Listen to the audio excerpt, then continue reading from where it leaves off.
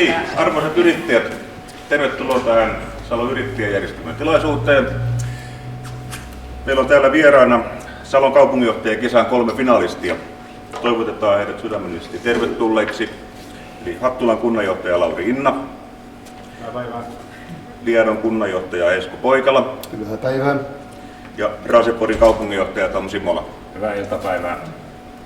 Ja mä oon Jukka Alanko, olen Salon yrittäjän puheenjohtaja. Tilaisuuden juoni on se, että me kuullaan ensin heiltä itseltään, mitä he ovat miehiä. Me ollaan esitetty heille etukäteen pari kysymystä, saadaan varmaan niihin vastaukset. Sen jälkeen meillä kaikilla on tilaisuus esittää heille kysymyksiä ja vaihtaa mieltä. Eli eiköhän aloiteta. Mä pyydän ensin, että jos te lyhyesti kerrotte hieman itsestänne, että hieman taustaa, hieman nykytilanteesta ja ehkä myös pikkasen siitä, että miksi Salo. Aloitetaanko vaikka järjestyksessä? Okei. Joo, kiitoksia kutsusta saapua tähän tilaisuuteen. Tämä on todella hieno hetki vielä päästä tässä niin kuin kalkkiviivoilla keskustelemaan yhdessä. Ja, tosissaan nimeni on Lauri Inna, olen 38-vuotias 4 lapsen isä ja perheellinen mies. Ja kotipaikkamme perheellä on Turku tällä hetkellä ja itse sitten työskentelen viikot Salon Hattulan kunnanjohtajana ja niin siellä sitten menee viikot tällä hetkellä. Mulla on siellä takana vauhdikas vuosi ja niin siitä huolimatta, että on vain vuoden Hattulaa nyt tekemään, niin tämä Salon kaupunginjohtajuus on ollut totta kai niin kiinnostava tehtävä, että siihen on pitänyt lähteä mukaan hakuun ja mukava olla tässä tilanteessa tällä hetkellä.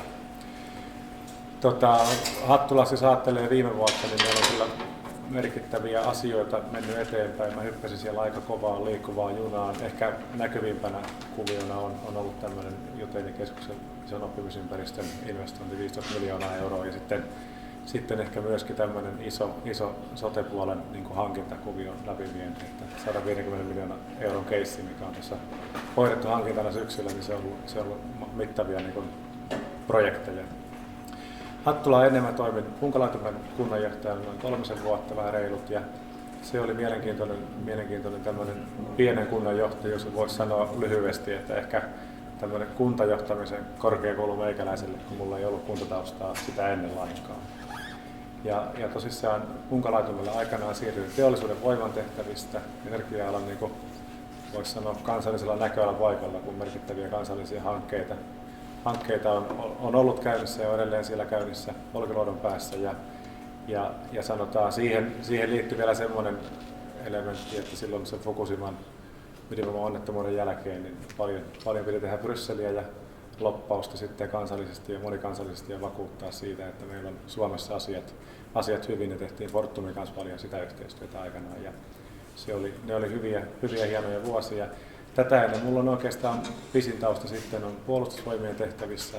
Olin siellä aikanaan, kun maavoimien esikunta vähän yli 300 virkaa siirrettiin Pääesikunnasta Helsingistä Mikkeliin ja siinä yhteydessä oli sitten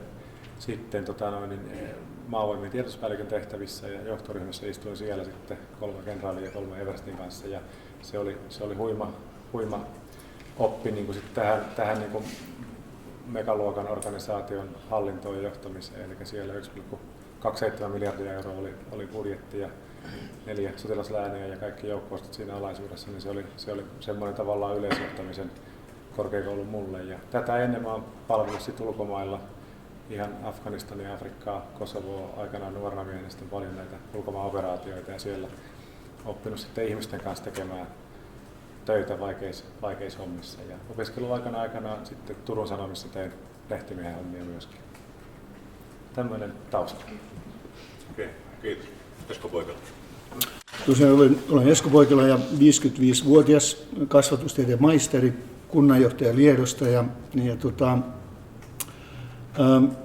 mun tämmöinen henkilökohtainen elämäntilanne on sellainen, että lapset ovat jo aikuisia, asun parhaillaan Liedossa. Muutin Lietoon tuossa viime kesänä ja nyt olen ollut sitten 5,5 vuotta siinä kunnassa, missä olen töissä, niin sitten asukkaanakin. Ja ehkä sellaista niin kuin omasta historiasta niin merkittävimpiä asioita on se, että mä olen ollut kaiken kaikkiaan jo 30 vuotta julkisella sektorilla töissä, etupäässä sivistyspuolella, koulutussektorilla ja nyt sitten viimeiset 3 vuotta Liedossa kunnanjohtajana.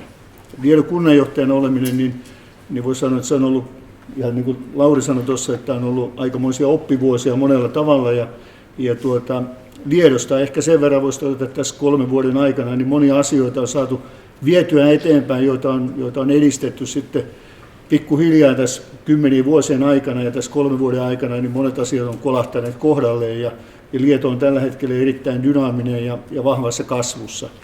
Ja sitten kun puhutaan tästä yrittäjyydestä, niin erityinen huomio minulla on työssäni ollut nimenomaan tämä elinvoiman ja elinkeinopolitiikan osuus. Viimeisiä tällaisia isompia juttuja, mitä on tehty yrittäjien ja elinkeinoelämän kanssa, on elinkeino-ohjelma, jota tehtiin tuossa viime vuonna yhdessä meidän oman elinkeinotoimikunnan ja Liedon yrittäjien kanssa. Ja tämä on ollut sellainen yhteinen ponnistus, joka ehkä myös näkyy sitten näissä meidän arvioinneissa, että miten Lieto on arvotettu yrittäjien piirissä ja yrittäjäilmapiirissä.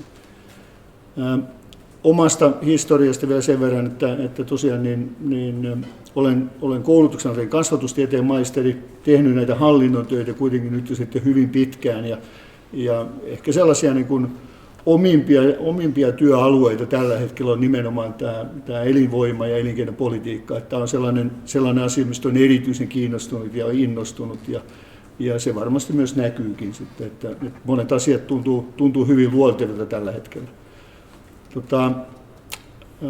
Tällaista aikaisempaa historiaa, niin voisi sanoa, että elämä on vienyt moneen suuntaan ja monenlaisia asioita on tullut tosiaan tehtyä. Että harrastuksia, mulla on sellaisia, mä harrastan liikuntaa kohtuullisen paljon, puuveneen rakentelua, purjehdusta, tämän tyyppisiä asioita. Ja tämä on lyhyt tämmöinen kuvaus itsestäni tällä hetkellä. Perheellinen tosiaan ja aikuiset lapset. Kiitos. Tom Simola, 48 vuotta. Kuntapuolella 15 vuotta tuli täyteen, taisi tulla jo 3 kuntaa, Kemiö, Kemiönsaari ja Raasepori tällä hetkellä. Hyvin erityyppiset kunnat, kaupungit on ollut kyllä ja kaikissa organisaatioissa ja kaupungeissa on kyllä oma kulttuurisia tapa toimia ja on hyvä mun mielestä ollut vähän vaihtaa paikkakuntaa, niin sitä kautta on oppinut erilaisia asioita. Naimisissa 3 poikaa, joista 2 vanhinta opiskelee ja asuu Turussa ja nuorin asuu edelleen kotona. Nyt viimeistä vuotta peruskoulussa, eli pari kuukautta vielä jäljellä hänellä. Meillä on elämäntilanne sellainenkin, että me ollaan vähän mietitty sitä, että mitä nyt tehdään sitten jatkossa vaimon kanssa ja ehkä se jonkun verran tähänkin hankkeeseen sitten liittyy.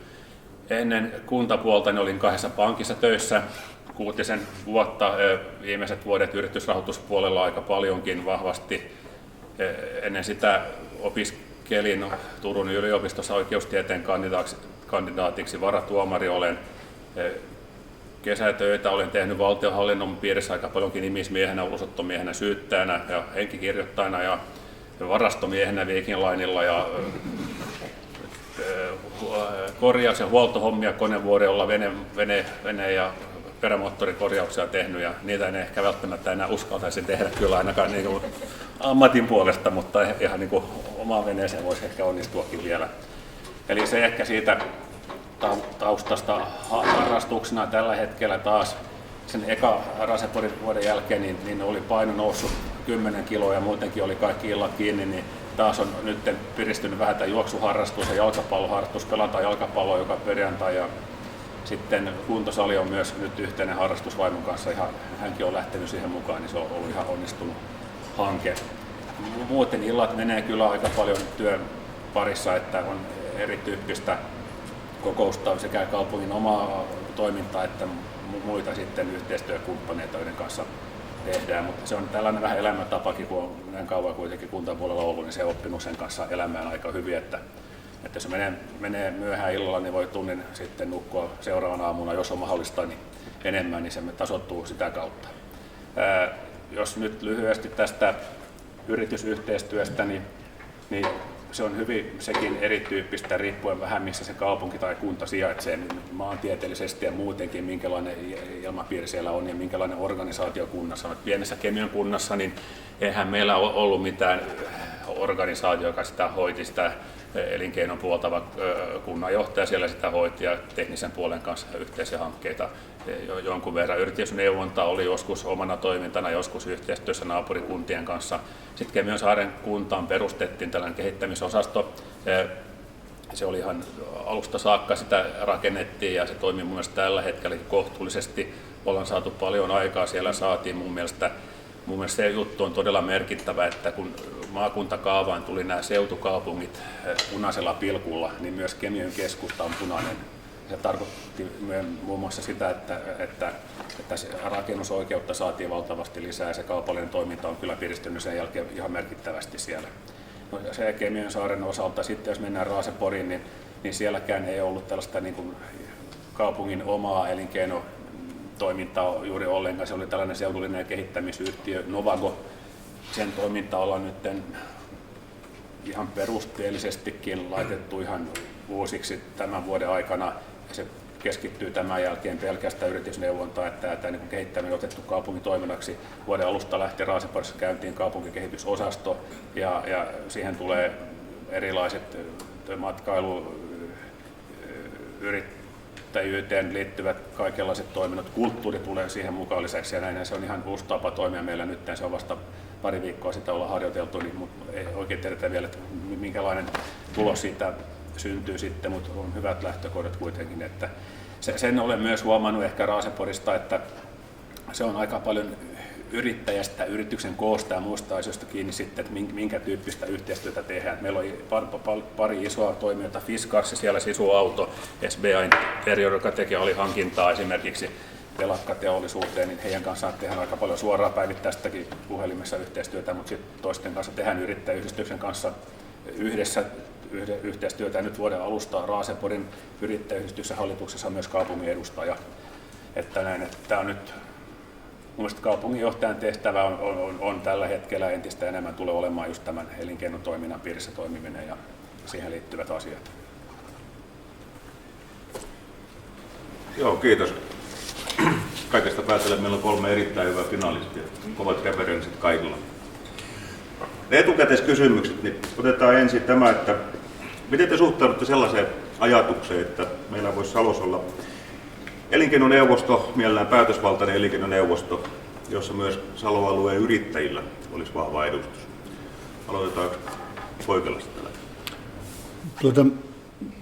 Liedossa meillä on tällä hetkellä toimii elinkeinotoimikunta ja elinkeinotoimikunnan rooli on vahvasti juuri tällainen edistää erityyppisiä hankkeita, luoda näitä hankkeita, lähteä virittämään hankkeita eteenpäin, mutta että varsinainen tällainen ratkaisut sitten tuodaan meillä tällä hetkellä kunnanhallitukselle.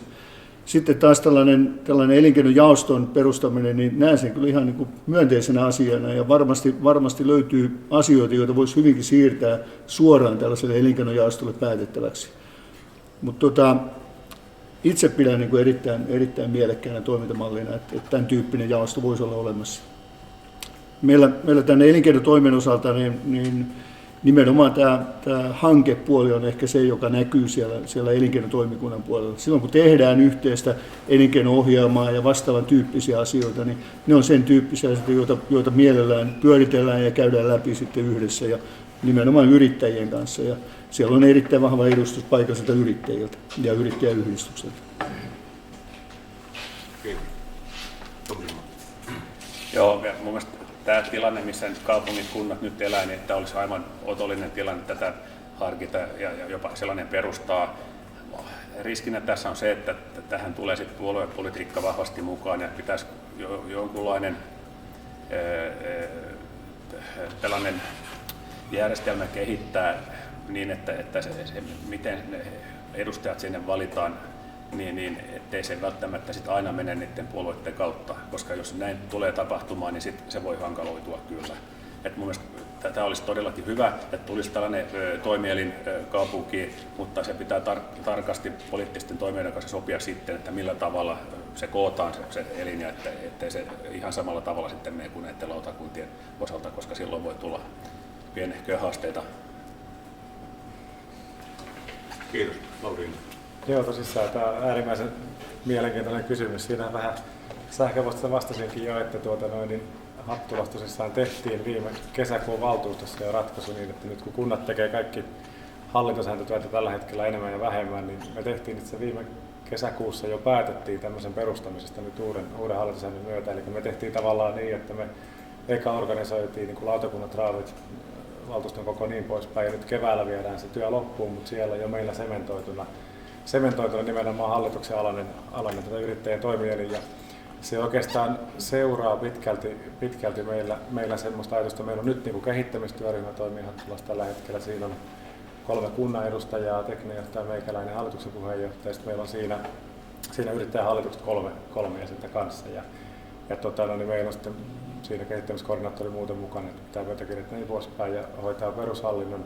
Ja se on tosi hyvä tiivis kuvio. Me otettiin siihen myöskin panssaribrigaatin komentaja uutena jäsenenä, koska se on meille niin keskeinen toimija, siellä on milloinkin isot kuviot ja ne meidän teollisuusalueen naapurit yhdistyy siihen brigaatiin tavallaan mielekkäällä tavalla. Me saatiin sinne ryhtiliike siihen ja tavallaan me viedään se nyt sitten vielä, Hattulassa viedään se niin kuin astetta pitemmälle osaksi sitä niin kuin kunnanhallintoa. Se on tosi konkreettinen juttu, koska jos mietitään sitä tulevaisuuden kunnan niin kuin tulokulmaa, niin totta kai niin elinvoimakysymykset nehän korostuu entisestään, se on aivan selvä asia. Oikeastaan minkä takia me tehtiin tämä homma Hattulassa näin, niin tuli taas vähän, niin kuin tässä tuli esille niin kuin Pieran, miten punkalaitumalla toimii itsekin aikaisemmin, niin siinä oli voimakkaasti, että kunnanjohtajana se sekatyömies, se on kaikkien yrittäjien kanssa tekee yhdessä asioita hirveästi ja edistää niitä. Mä oon jopa Kiinan vientimatkoille vienyt meillä niin kuin yrityksiä ja ollut heidän mukanaan tosi kivoja juttuja tehty yhdessä, niin tavallaan siitä tämä on vähän niin kuin semmoinen niin kuin organisoidumpi malli, niin tämä on tosi hyvä ajatus. Ja se tietenkin on näin, että miten sitten se pitää keskustella kunnan tai kaupungin päässä niin luottamusjohdon kanssa, mutta kun se on oikein perusteltu ja se tavallaan se näköala on riittävän pitkällä, niin silloinhan se homma toimii niin kaikki tietää sen, että tilanteet muuttuu ja ei aina voida vaan tuijottaa tätä hetkeä tai huomista päivää, vaan on niitä perusteita ja kyllä se elinvoimaisten yrittäjyydestä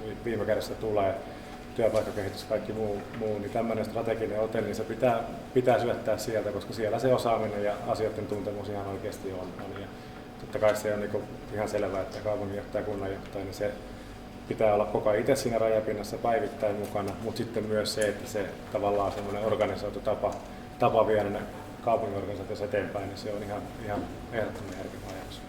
Saanko mä sen verran kommentoida, että se mistä täytyy pitää huoli kuitenkin on se, että jos perustetaan tällainen elinkeino, oma toimielimensä on se, että kaupunginhallitus ei saa väistää vastuutaan siitä, että kaupunginhallitus on se ykköstekijä ja se, jonka oikeasti täytyy ottaa murheekseen ja huolekseen elinvoiman ja elinkeinoelämän ja elinkeinopolitiikan hoitaminen, että sitä ei voi tuupata vain erilliselle toimielimelle, vaan kyllä se on kaupunginhallituksen ensisijainen tehtävä.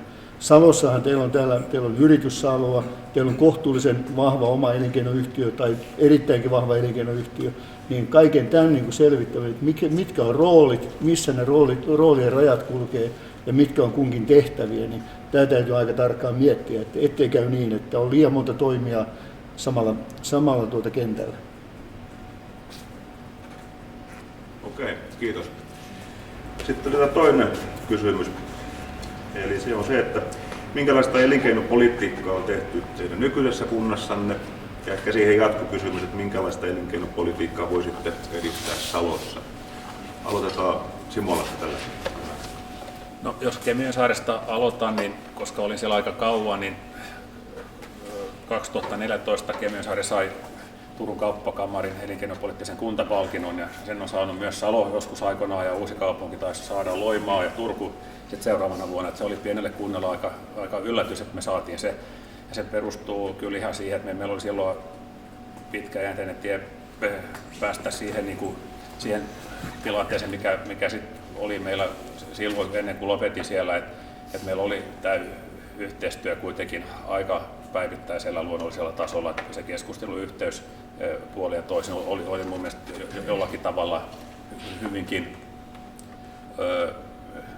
hyvällä tasolla ja muutenkin päästiin sellaisen tilanteeseen, että yksittäisiä hankkeitakin niin yritykset, yrittäjät ja kunta pystyivät edistämään todella paljon ja saatiin paljon tehtyä ja paljon maakauppoja tehtyä, paljon rakentamista saatiin aikaa ja uusia toimijoita. Että se Kemiönsaaren osalta Raaseporiin kun tuli, niin siellä oli vähän toisenlainen tausta. Siellä oli, kun kaupunki syntyi samana vuonna kuin Salokin 2009, niin siellä oli aika paljon riitoja henkilöiden kesken, niin se johti sitten siihen, että koko se kehitysosasto siellä lakkautettiin kertaheitolla, eikä sellaista toimintaa siellä ollut. Et me ollaan nyt 1,5 vuoden aikana siellä rakennettu uudestaan tällaista niin organisaatiota. Me ollaan myös perustettu tällainen Raasepori Kehitys Oy-yhtiö, missä minä nyt toimin hallituksen puheenjohtajana. Me ollaan investoitu nyt 500 000 euroa tällaisen C-Fiber-hanke Oyn kautta yhdessä Sinia Oyn, joka on valtiollinen tällainen valokaapeliyhtiö, sille, että me saataisiin valokaapeli vedettyä tämä Helsinki-Saksa-kaapeli myös Hankoon, sitä kautta näitä datakeskuksia sitten sille alueelle. Se on ehkä tällainen yksi keskeinen elinkeinoelämän hanke, missä nyt ollaan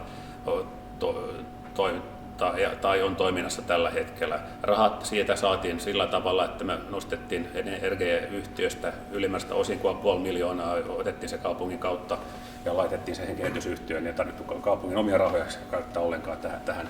Sitten meillä on muita tällaisia isoja hankkeita tällä hetkellä, on tällä sähköautohanke, missä olen toiminut nyt vuoden tiivisti mukana kaupungin puolta. Toroidion Oy nimeltään, voitte käydä netistä kurkkaamassa sitä. Mä en siitä ikävä kyllä hirveästi tämän enempää voi sanoa, mutta se on todella merkittävä hanke, josta voi tulla sille kaupungille ja kaupungin alueelle paljon liiketoimintaa tulevina vuosina.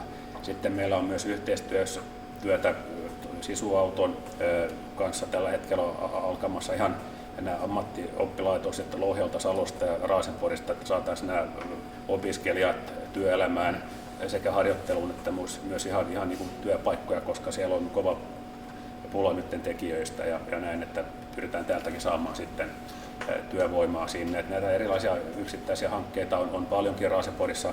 Voi kai sanoa niinkin, että olen kuitenkin ollut siellä vasta 1,5 vuotta ja ihan kaikkea siinä ajassa kyllä ehdit tekemään, että paljon on tekemättäkin sen osalta. Sitten Salon osalta niin voi kai sanoa näin, että minun suhde Saloon alkaa jo siitä, kun synnyin Salon sairaalassa joskus monta vuotta sitten.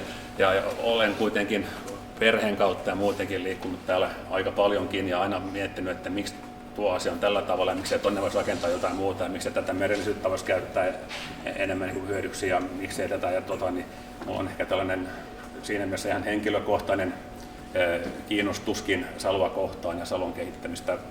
Näen sen kyllä erittäin suurena mahdollisuutena, että täällä voisi tehdä vaikka mitä. Kiitos. Lauri. Joo, kiitoksia. Jos mä hiukan liippaan kanssa sinne niin Kuntalaitumen ajoille vielä, niin tosissaan tämä kuitukuvio on aina mielenkiintoista, kun se on sitä tulevaisuutta ja kehittämistä myöskin. Niin siellä ehkä yksi kiinnostavin kuvio oli 2 vuoden aikana tehtiin niin, että kun maakuntaliitot ja muut haki EUsta rahaa, että ne voi suunnitella ja piirtellä paperille kuituverkkoja ja valokaapeleita ja miten Suomi saadaan tietoliikenneyhteyksien pariin. Mutta tässä on sellainen mielenkiintoinen linkki Saloon, että me tehtiin 8 kaivuria ja kaapelit kehiin ja kuirutettiin koko kunta siinä muutaman vuoden aikana. Ja nyt me on sitten Louneen omaisuutta tällä hetkellä, koska Louneenhan osti Etelästä kun on puhelimen ja sitä kautta ihan mielenkiintoinen linkki tähän kuitupuoleen. Toki sitten niin kun, mulla on ollut merkittävää niin kun kaupan alan yhteistyötä aina, että aika hassu yhteensattuma molemmissa on pääkauppiaan ollut Antti Jussi-niminen henkilö ja Kuntalaitumen oli sikäli merkittävä juttu, että saatiin koko supermarketti uudestaan niin kuin perustettu ihan uudiskehityksenä ja se on iso juttu pienessä kunnassa taas sitten niin kuin palvelujen kehittämiseen, kun siihen liittyy paljon muuta apteekkia, ravintolaa niin pois sitä kaupan palvelupuolta. Mutta ehkä kuitenkin merkittävä asia on ollut mulla, missä mä olen ollut aktiivisesti mukana, niin on sen päivittäisen kehittämisen kanssa ja muun yritysyhteistyön osalta niin on energiahankkeet ja niissä on ollut niin kuin Kuntalaitumen 3 vuoden aikana 3 uutta energiayhtiöä perustettiin ja ollut kaikissa niissä enemmän ja vähemmän taustalla niin kuin jäsenenä ja niitä nostamassa ylös. Ja niitä samantyyppistä toimintaa tehdään Hattulassakin tällä hetkellä. Mutta jos ajattelee nyt tällä hetkellä Hattulan niin kuin pääkohtia, siinä tietenkin niin kuin ajatellaan, että kaikilla kaupungilla kunnilla on se tietty oma piirteisyytensä totta kai, niin tuossahan niin on se HHT-akseli kasvukäytävä, eli jos sanoisit Helsinki-Hattula-Hämeenlinna vai Helsinki-Hattula-Tampere oikeastaan niin se väli siinä. Toisaalta niin katsotaan Tallinnaan saakka etelässä, vähän pohjoisempana Seinäjoelle saakka, mutta se keskeinen väylä, niin siinä tavallaan kun hiukan lentokorkeutta tuodaan alaspäin, niin siinähän on se Hattulan kohdalla on niin, että Vanajavesi rajaa sitä keskittymään toisaalta sitten on taas niin kuin Panssarbrigaatin-alueet, meidän teollisuusalueet, Parolan keskustan kuvio, niin siinähän nyt keskeinen teema, elinkeinoelämän teema tällä hetkellä, että meillä on niin kuin maankäytön kysymyksiä viedään voimakkaasti eteenpäin. Ne on kuitenkin ne, mitkä ratkaisee sen ja mahdollistaa tämän niin kuin elinkeinopolitiikan viime kädessä. Meillä on oikeastaan 2 kärkeä siinä. Toinen on se, että niin kuin vahvasti elinkeinosidonnaisena niin viedään asumista eteenpäin. Eli meillä on nyt tässä Suomi 100-ohjelmassa, niin on ainoa Suomi 100 asuinalue, mikä perustetaan, eli valtiovarainministeriö myönsi meille semmoisen statuksen. Ja se on varmaan, kun se minuutti motarilta kuviolla vielä markkinoidaan sitä, niin se on semmoinen, että me on itse asiassa nyt vuodenvaihteessa hirveän määrä niin kasvua sen kautta. Se oli aika onnistunut lanseeraus. Sitten toisaalta sinne Hattulaan niin Pyhäristin kirkolle Vanajaveden rannoille me tehdään uusi semmoinen tiivistetty Hurttala-Herniäinen kuvio, ja se on, voi sanoa nyt jo, että ne on niin haluttuja tontteja siitä alueelta, että me luodaan niin voimakasta kasvua sen kautta. Se kasvustrategiakysymys on yksi, mutta sitten teollisuusalueen kehittäminen, niin meillä on siinä kun tosissaan siinä on päärata, moottorit ja kaasuverkon runkoputki, niin, niin sille Ylityn teollisuusalueelle tällä hetkellä, niin sinne rakennetaan sitä pienteollisuusaluetta, ja se on niin maankäytöllisesti mielenkiintoinen keissi. Me otettiin niin, että me otettiin yrittäjät ensin kasaan ja sovittiin, että rakennetaan ja suunnitellaan tämä yhdessä. Ja kas kumman joulualla oli niin, että kahvikupin ääressä yrittäjän kanssa jo periaatteessa jaettiin se valmiiksi koko alue, jolloin myöskin saatiin sitoutettua yrittäjät sitten Hattulaan sen kautta tosi onnistunut keissi, mutta se on niin se maankäytön kärki on erittäin tärkeä, koska siinä tietty alue ja katsontakanta niin sitoo voimakkaasti sitä puolta. No sitten edelleen meillä on energiapuoli on yksi kuvio, meillä on siellä tietysti HS-vesi, mä oon itse HS-veden hallituksessa tällä hetkellä, niin sen ja voin sanoa, että no tässä on Elenia yhtenä kumppanina ja puolustushallinnon rakennuslaitos, meillä on siinä semmoinen hankeryhmä tällä hetkellä, missä tehdään tiettyjä asioita.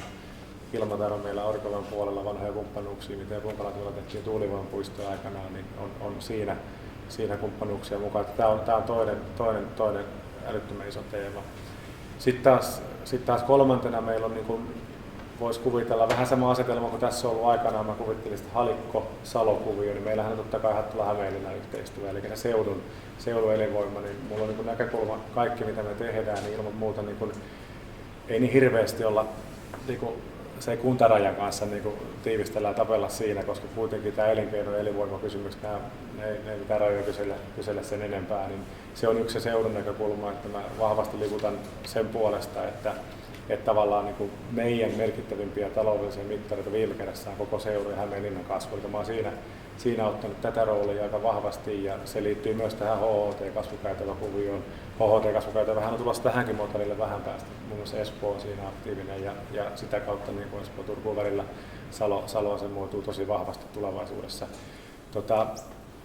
Sitten jos vielä niin kuin näitä teemoja miettii, niin yrittäjäyhteistyö on meillä semmoinen, voisiko sanoa, että se on niin kuin päivittäistä elämää. Eli jos nyt ajattelee viime keskiviikkonakin, niin me avattiin yhdessä kauppakeskuksessa niin tämmöinen pop-up-museo Suomen itsenäisyyden juhlavuoden kunniaksi. Niin meillähän oli niin, että minä ja brigaatikomentaja me pidettiin nauhaa ja yrittäjän puheenjohtaja leikkasi nauhan. Se varmaan kuvastaa sitä, me ollaan Meijon kanssa, eli Meiju on siinä yrittäjän puheenjohtaja, niin me ollaan niin kuin päivittäisessä kanssakäymisessä yhdessä funtsitaan ja suunnitellaan asioita, niin tämä tavallaan se on semmoinen niin kuin teema, joka läpileikkaa meidän koko sen Hattulan kehittämisen, mutta sitä asemoinniltaan vielä ehkä se kaikista isoin kysymys Hattulassa tällä hetkellä näiden hankkeiden lisäksi niin on sen keskustan kehittäminen. Eli siinä on semmoinen tilanne, että siellä on vanhoja huonoja kiinteistöjä, muun muassa kunnantalosta ollaan evakossa ja se vedetään Katapillalla nyt nurin tässä keväällä ja niin rakennetaan siihen uusi tämmöinen sote-hyvinvointikeskus. Se on tosissaan, viittasin aikaisemminkin, niin pitkälti toisesta miljoonaa euroa oleva hanke niin kuin pituudeltaan rakennushankkeena ei tietenkään pelkästään, vaan palveluineen myös. Mutta mikä siinä on keskeistä, niin on nimenomaan se palveluiden ja asioinnin strateginen turvaaminen. Eli jos näitä ratkaisuja ei nyt tehtäisi siinä, niin olisi odotettavissa, että se palvelukysyntä ajautuu, palveluiden käyttö ja se ajautuu jotenkin muulle. Että se on niin kuin hyvin tärkeä tämmöinen pitkän ajan näkymä ja voisi sanoa, että ehkä kuitenkin se isoin asia, minkä kanssa tällä hetkellä teen töitä. Kiitos. Kysymys oli, että minkälaista elinkeinopolitiikkaa tehdään, meillä Liedossa tehdään tällä hetkellä Suomen parasta elinkeinopolitiikkaa. On nyt muutama mittaus tässä mennyt kohtuullisen hyvin mitähän mistä mä nyt aloittaisin. Oikeastaan niin elinkeinopolitiikka on siinä mielessä sellainen asia, että mä puhuisin elinvoima- ja elinkeinopolitiikasta, että kyseessä on sellainen valtavan suuri kokonaisuus, jos puhutaan kuntahankinnoista, hankinnoiden kilpailuttamisesta, omien yritysten tai pk-yritysten mahdollisuuksista päästä kuntien hankintoihin käsiksi.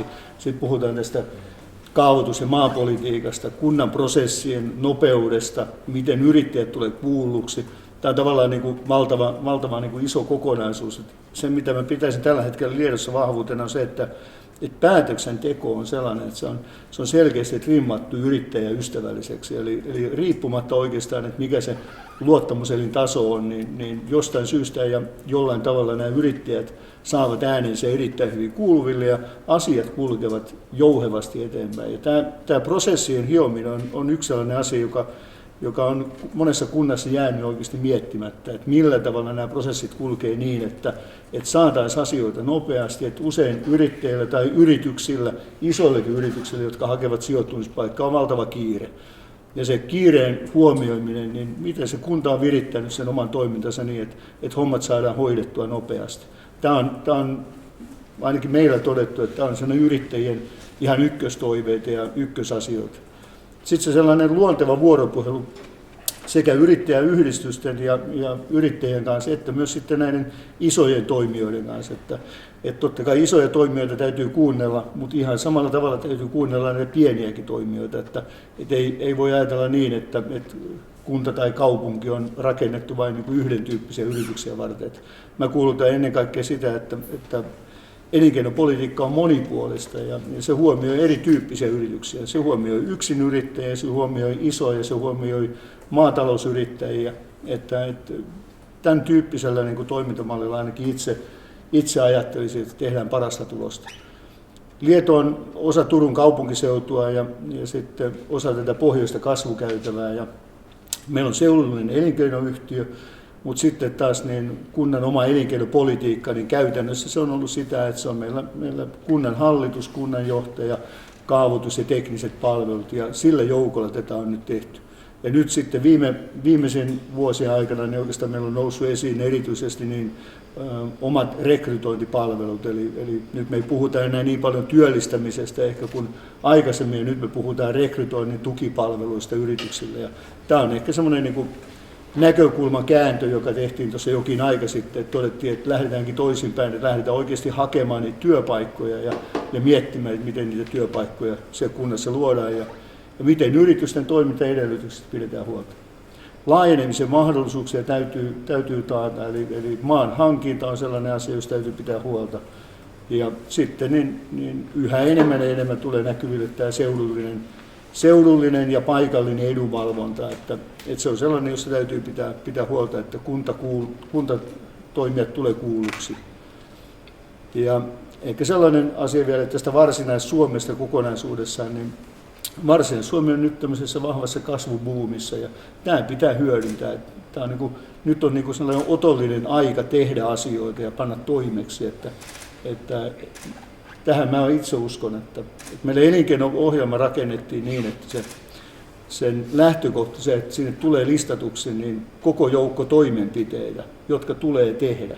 Että se on hyvin konkreettinen, siinä ei maalailla niin kuin lumekuvia, vaan siinä on listattu toimenpiteet, mitkä tehdään tästä elinkeino-ohjelman toimintakaudella ja yrittäjät ovat ottaneet asian erittäin hyvin vastaan. Samoin meillä päätöksentekijät, että mä edelleen liputan kyllä niin tähän kaupungin hallituksen rooliin, ja täällä tosiaan niin silloin kun puhutaan siitä, että mitä elinkeinopolitiikkaa tehdään, niin kyse elinkeinopolitiikka tehdään, se kärki on siellä ylimmässä päätöksentekevässä elimessä, kaupunginhallituksessa ja kaupunginvaltuustossa. Sen verran, jos saa vielä tukea tässä Eskon kommentteja, tosissaan itsekin on sillä, että on kokemusta niin elinkeinoyhtiön hallituksen puheenjohtajuudesta, ja siinä on nimenomaan tämä yritysneuvontapuoli, on nähnyt sen puolen ja merkityksen, mikä on tärkeä, mutta nimenomaan niin kyllä Esko siinä mielessä meni ytimeen, että me kanssa päivitettiin viime syksynä oma strategiamme, ja kyllä siinä on niin semmoinen kärki, palvelukyky ja palveluhalukkuus, niin ihan kunnan palvelutarjonnassa, niin se on juuri se ydin, millä viime kädessä niin sitä yrittäjyyttä ja elinkeinoelämää tuetaan. Että mäkin mietin, että millä se saadaan niin viestittyä läpi ihmiselle, että mitä me tällä halutaan. Me oltiin oltiin yksi viikonloppu Rukalla ja yrittäjän kanssa yhdessä ja siellä jumpattiin tätä. Niin mä sanoin, että ei mun pitää saada semmoiseen muotoon, että tämä menee myöskin meidän kunnassa läpi. Niin tavallaan sen takia mietittiin se. Ja sitten me saatiin se kirjattua oikein, niin se loppujen lopuksi viestittiin niin, että niin mikä on tällä hetkellä menestyvän globaalin yhtiön niin sitä kovaa ydintä, niin kyllä se on se palvelupalvelu ja palvelukyky oikeasti. Niin niillä tehdään ne voitot ja miksei ihmeessä me tuodaan sitä just niin kuin tuodaan niin totta kai kuntiin ja kaupunkeihin tällä hetkellä, että se on erinomaisen tärkeä kysymys. Okei, kiitos. No niin, nyt on sitten teidän vuoro. Se on varmaan hurjasti kysymyksiä. Toivottavasti saadaan aikaa vilkas keskustelu.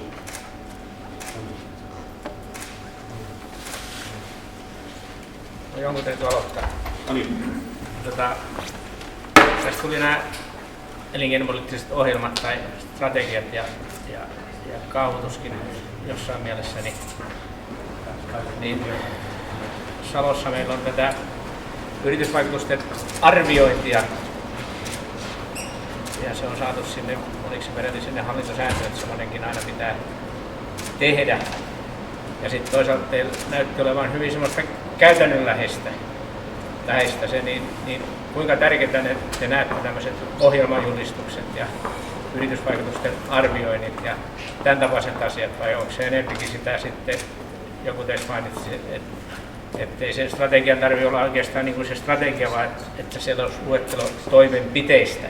Mutta mikä merkitys tämmöisellä elinkeinopoliittisella ohjelmalla ja yritysvaikutusten arvioinnilla näillä on kunnassa?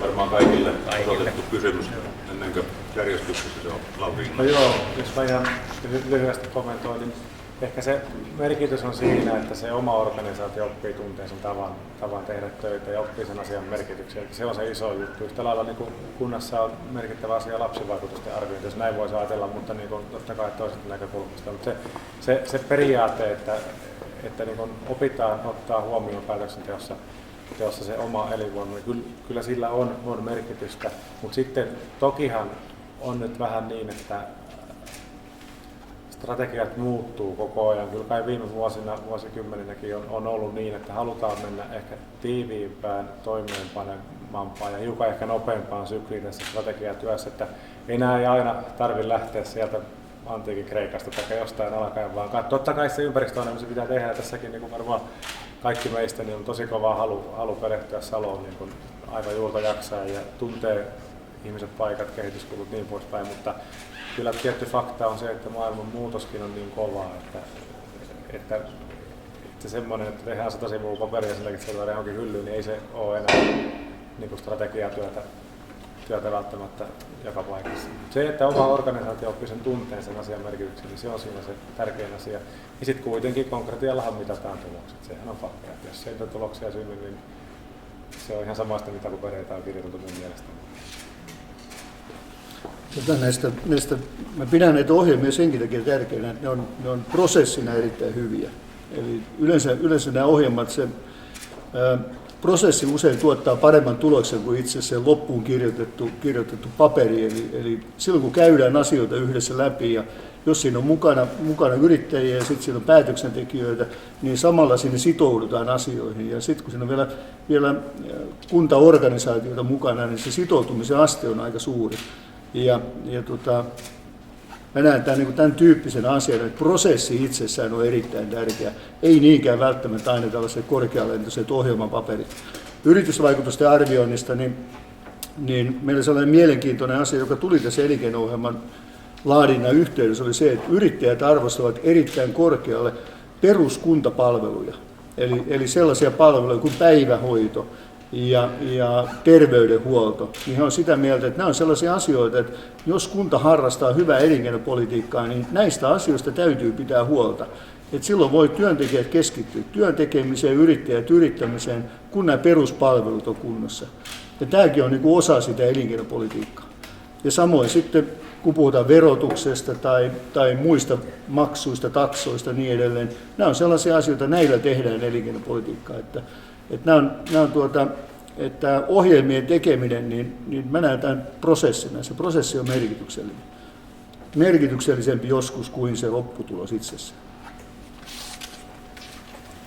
No joo, mä olen vähän kyllä samaa mieltä kuin nämä kaksi tässä herraa ovat, että näin se on. Ja voisi kai sanoa, että tällainen yleinen ohjelma yleisellä tasolla niin ei sillä juuri merkitystä ole. Silloin juuri se merkitys, että kun se ohjelma tehdään, niin silloin pystytään keskustelemaan tästä asiasta. Ja silloin pystytään ehkä päättäjätkin saada sitoutumaan siihen jollakin tavalla, että ne sit muistavatkin sen sitten vuoden kuluttua. Mutta toisaalta asiat muuttuu niin nopeasti nykypäivänä, niin se vuoden aikana voi tapahtua ihan mitä vaan. Enemmän pitäisi ehkä tällainen tapa toimia liittää talousarvioon, joka on vuodeksi, ja taloussuunnitelma, joka on 3 vuodeksi. Että sinne laitettaisiin ihan konkreettisia tavoitteita ja toimenpiteitä, että mitkä asiat nyt viedään läpi. Ja silloin ne myös viedään yhdessä läpi sitten, että sitä kautta vuosittain kuitenkin sitten keskustellaan ja päivitetään tätä kokonaisuuttakin. Ja uskon, että tämä tulee jopa itsestäänkin olemaan nyt ihan merkittäväkin asia, jos tämä sote- ja maakuntauudistus tulee, niin tästä toiminnasta vapautuu niin monta sivua siitä talousarviokirjasta tälle toiminnalle, mikä on hyvä asia. Niin silloin tähän voidaan laittaa niin kuin paljon enemmän panoksia kuin tähän saakka. Niin hyvä on, mutta se pitäisi olla niin kuin lyhyt ja konkreettinen ja liittää talousarvioon. Kiitos. Anteeksi, vähän. Joo, Ari Kirjonen, Salo Pertteli, maaseutuyrittäjä. Salon kaupunki on Suomen merkittävimpiä maatalousyrityksiä, tiedän, että tai niin kuin maatalouskuntia ja tiedän, että te olette kaikki aika vahvoista kanssa, kun on Lieto ja Hattula ja mistä Lieto, Hattula ja sitten tietysti tämä, missä olet ollut ennen, on Saari tuossa Kemiössä ja sitten tämä nykyinen paikka, niin on myös vahvoja maatalouden. Ja Salo on siitä vähän kuuluisa ollut, että meillä on ollut täällä sokeritehdas, on ollut teurastamo, on ollut meijeri ja sitten lukuisia metallifirmoja, mitkä on niin kuin lähellä maataloutta. Ja niitä ei ole enää ollenkaan. Se on 2 000 työpaikkaa välittömästi ja välillisesti tuhansia työpaikkoja. Jostain syystä me ei olla saatu niitä kotiutettua teollisuuksia tänne näin ja ne on karannut tonne muualle. Maatalous on Salossa erittäin huomattava taloudellinen ja työllistävä merkitys silloin ja etenkin nuorten työllistämiseen niin kuin opiskelijoiden niin kuin kesätyöpaikkoina ja tämmötti, jos vaan lompakko olisi kunnossa. Tällä hetkellä maatalouden lompakko on aika huonossa kunnossa, ettei saada niin kuin, ehkä sillä tahdilla mitä olisi tarvetta, että työtä olisi vaikka kuinka paljon tekemistä. Sitten näitä kaavoitusasioita, että miten kaupunki voi edistää maataloutta ja maaseutuyrittäjyyttä kaavoituksen keinoin. Esimerkiksi kyllä omalla tontilla tarvitsisi saada rakennettuksi, että kyllä siitä ainakin pitäisi lähteä. Ja tässä taidettiin vähän sitä asiaa, läheltä tämä kaavoitusasia oli jo juttu. Ja sitten tämä kiinteistövero meidän maatalouden puolella, se kutsutaan kateellisuusveroksi. Ja se on tällä hetkellä tiedän, että se on valtionhallinnon asettama, mutta Salos tai kaupungithan, kunnat sen määrää sen niin kuin suuruuden ja niin poispäin. Ja tällä hetkellä maatalous on, etenkin tuolla karjapuolella, niin ei ole mitenkään vahvalla. Ja sitten kumminkin ne joutuu maksamaan aika huomattavia kiinteistöveroja, mitkä on niin kuin, aika vaikea sit maksaa, kun tulojakaan ei ole. Sitten myös tähän kiinteistövero haja-asutusalueella on erittäin huonossa kunnossa tiet ja etenkin nämä yksityistiet ja kumminkin yksityisteitäkin totta kai me haja-asutusalueella asujat niitä käytetään eniten, mutta kyllä siinä sitten muutakin porukkaa kulkee ja siihen ei saa riittävästi rahaa. Sitten näistä kaupungin järjestyssäännöistä, että onko tulossa jotain tai onko, että me tehdään yötä päivää silloin töitä, kun sesonkiaika on ja pitäisi 9 aamu 6 joskus tai 21 aamu 6 tehdä joskus töitä, ettei siitä tule mitään järjestyshäiriöitä ja niin poispäin, että miten siihen sitten suhtaudutaan. Ja sitten tämä lähiruoka. Miten te aiotte edistää sitä, että Salon kaupunki, edes kaupunginvirastot söisivät kotimaista ruokaa? Meillä on, vaikkei meillä tätä teollisuutta täällä enää on, niin meillä on omat leipomot, meillä on omat vihannestukut täällä ja on teollisuutta ja on maataloutta ympärille. Me pystytään kyllä syömään tätä lähiruokaa täällä ja kyllä sitä tarvitsisi etenkin nämä kaupungin laitokset ja tämä ostaa läheltä ja kyllä sen kilpailutuksen pystyy hoitamaan simmotti että se markka euro jää tänne Saloon. Ja sitten myös lisäksi vielä tämä lähilämpö ja lähisähkö, niin kyllä sekin pitäisi ottaa täältä omista maistamme ja omista metsistä. Nämä asiat tässä.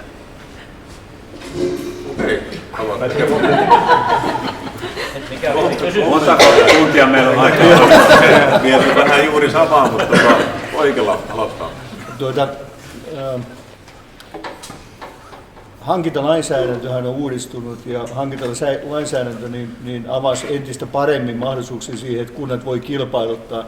Tai itse asiassa nythän tilanne on se, että edellytetäänkin, että mikäli voidaan kilpailuttaa pienemmissä erissä, niin pitää kilpailuttaa. Ja tämä kuntien usko aikaisemmin, että hankinnat on kaikkein edullisimpia silloin, kun ne kytketään mahdollisimman suureksi kokonaishankinnoiksi, niin se usko alkaa, mä uskon, että aika monessa paikassa hiipua ja on todettu, että monella tavalla niin hankintoja voidaan ohjata silläkin tavalla, että saadaan hankittua edullisesti ja pystytään takaamaan paikallisille yrittäjille mahdollisuus edes tarjota, että aikaisemmin tilanne oli sellainen, että ei päässyt oikein edes tarjoamaankaan, että ne hankintamäärät oli niin suuria.